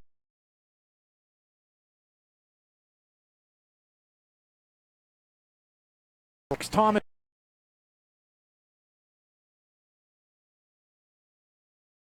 Tight ends in the lineup for the Jaguars. Receiver off to the right side. Stump looks to throw. He's going to throw that fade incomplete. And the ball will go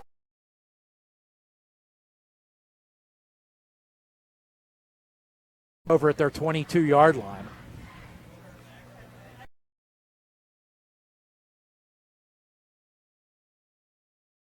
Happen on the offensive side.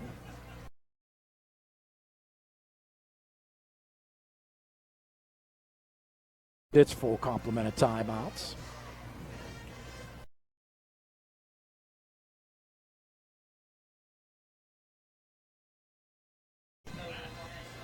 No, there's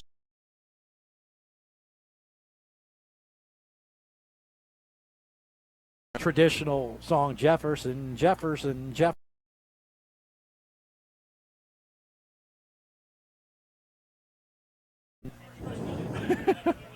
I'll plead the Fifth Amendment. I backfield for the Leopards of Belle Vernon. Receivers each way. It's Raconen to the near side. Pasco dots the I. Hartman looks to pass. His pass batted up in the air. Good cover.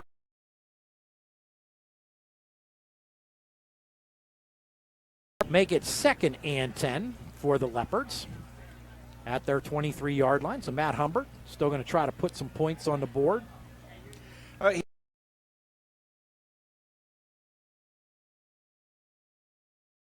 I've got a long time to go to develop the team.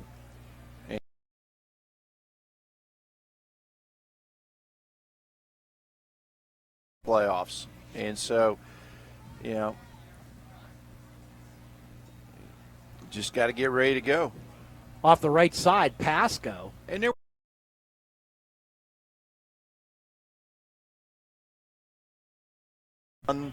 you know, they just got burned by TJ and some superior plays and, you know, great passing by Shane Stump, some great running by Max Shaw. I mean, and that offensive line from TJ was just dominant.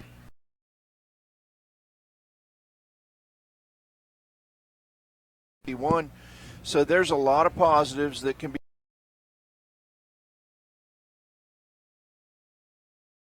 WPIALs in a row.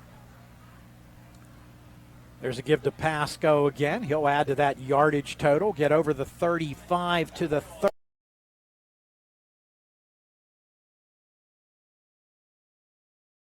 One.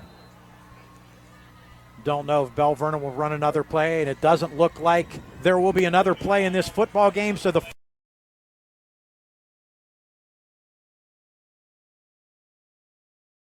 two.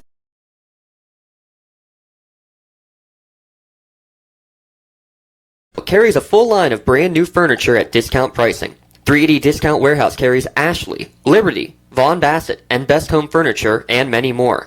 You can special order your furniture at discount pricing. While you're there, shop the many other departments, including tools, automotive, food, pet and wildlife, household goods and cleaning supplies, lawn and garden, and seasonal holiday decor. Visit them on the web at shop380.com or on the road on Route 380 in Murraysville. Open Tuesday through Sunday 9 to 5. Shop 380 Discount Warehouse and save big. Excella Health knows how important shoulders, knees, and ankles are to an athlete. Whether you're on the gridiron, under the boards, or walking a balance beam, being on the sidelines is never an option. Excella Health has a trusted team of orthopedic surgeons and athletic trainers right here in Westmoreland County. To learn more about Excella Health Orthopedics and Sports Medicine, visit them on the web at excellahealth.org. That's excellahealth.org. For the most complete recap of Friday night's high school football action, tune in on your way home from the game to the WPIAL Scoreboard Show, only here on the TribLive High School Sports Network. Hi, this is Don Rebel. Join me in a cast of thousands for all the scores with recaps from the top games. Plus, we highlight the night on the TribLive Roundtable. That's the WPIAL Scoreboard Show after the game on Friday nights on the TribLive High School Sports Network and at tribhssn.triblive.com.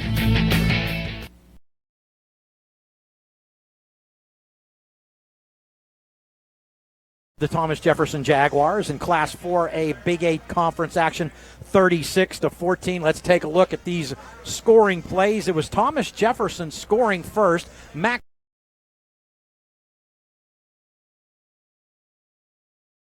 But Belle Vernon bounced right back on the very next offensive play. Mason Pasco sprinting 78 yards for a touchdown. The Cameron guess extra point made it 7-0. Pasco 271 yards rushing in this football game. It was a special team score that came up next. A safety made it 8-7. And then Max Shaw for Thomas Jefferson increased that lead on a 30-yard run. And at that point, it was 15-7 Thomas Jefferson. It looked it would stay that way, but with just 13 seconds left in the first half, a touchdown pass from Shane Stump to Dave Diebner made it 22-7. Thomas Jefferson getting on the board early in the third quarter. A long touchdown pass, hitting Diebner in stride again. That combination hooking up 80 yards, and it was 29-7. But Belle Vernon was not done. Mason Pasco was the guy tonight for the Leopards, sprinting with the football, going 55 yards on this touchdown run, getting ahead of all Thomas Jefferson's secondary men, and they could not catch him. That made it 29-14. Belle Vernon did have one more score. The sophomore tailback, Deron Van Bibber, off the left side, bounced off a tackler, took it into the end zone. Thomas Jefferson with a 36-14 lead. Lou, it's a rivalry, but Thomas Jefferson's just such a good program. You see how this team is so well coached. They were losing players left and right to cramps. Other players were stepping in and doing just as good a job. Yeah, and it's a testament to Coach Bill Cherpak and his staff that they can lose frontline players, and the subs come in and are just as effective as the frontline players, and that's where he's got this program right now. They can come out and go get you. And for Belle Vernon, it was a good test. They had to find out where they are. Coach Matt Humbert had some concerns coming into tonight. I think some of those concerns are still going to be there after the evening is done, but there's also some positive things that he can build on. And, again, it's the second game of the season. You've still got a long way to go. What you got to do is you got to learn from tonight, learn from your mistakes, and correct them, and then move forward next week for Laurel Highlands. And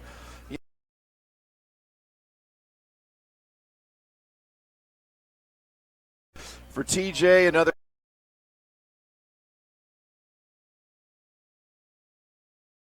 doesn't make your season this early in the season. You still got a long way to go. Belle Vernon falls to 1-1 in the conference as Lou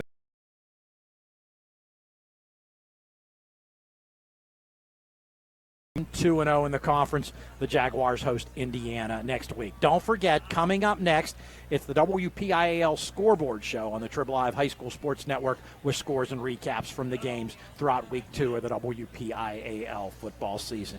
Your final score, once again, Thomas Jefferson 36, Belle Vernon 14. Remember,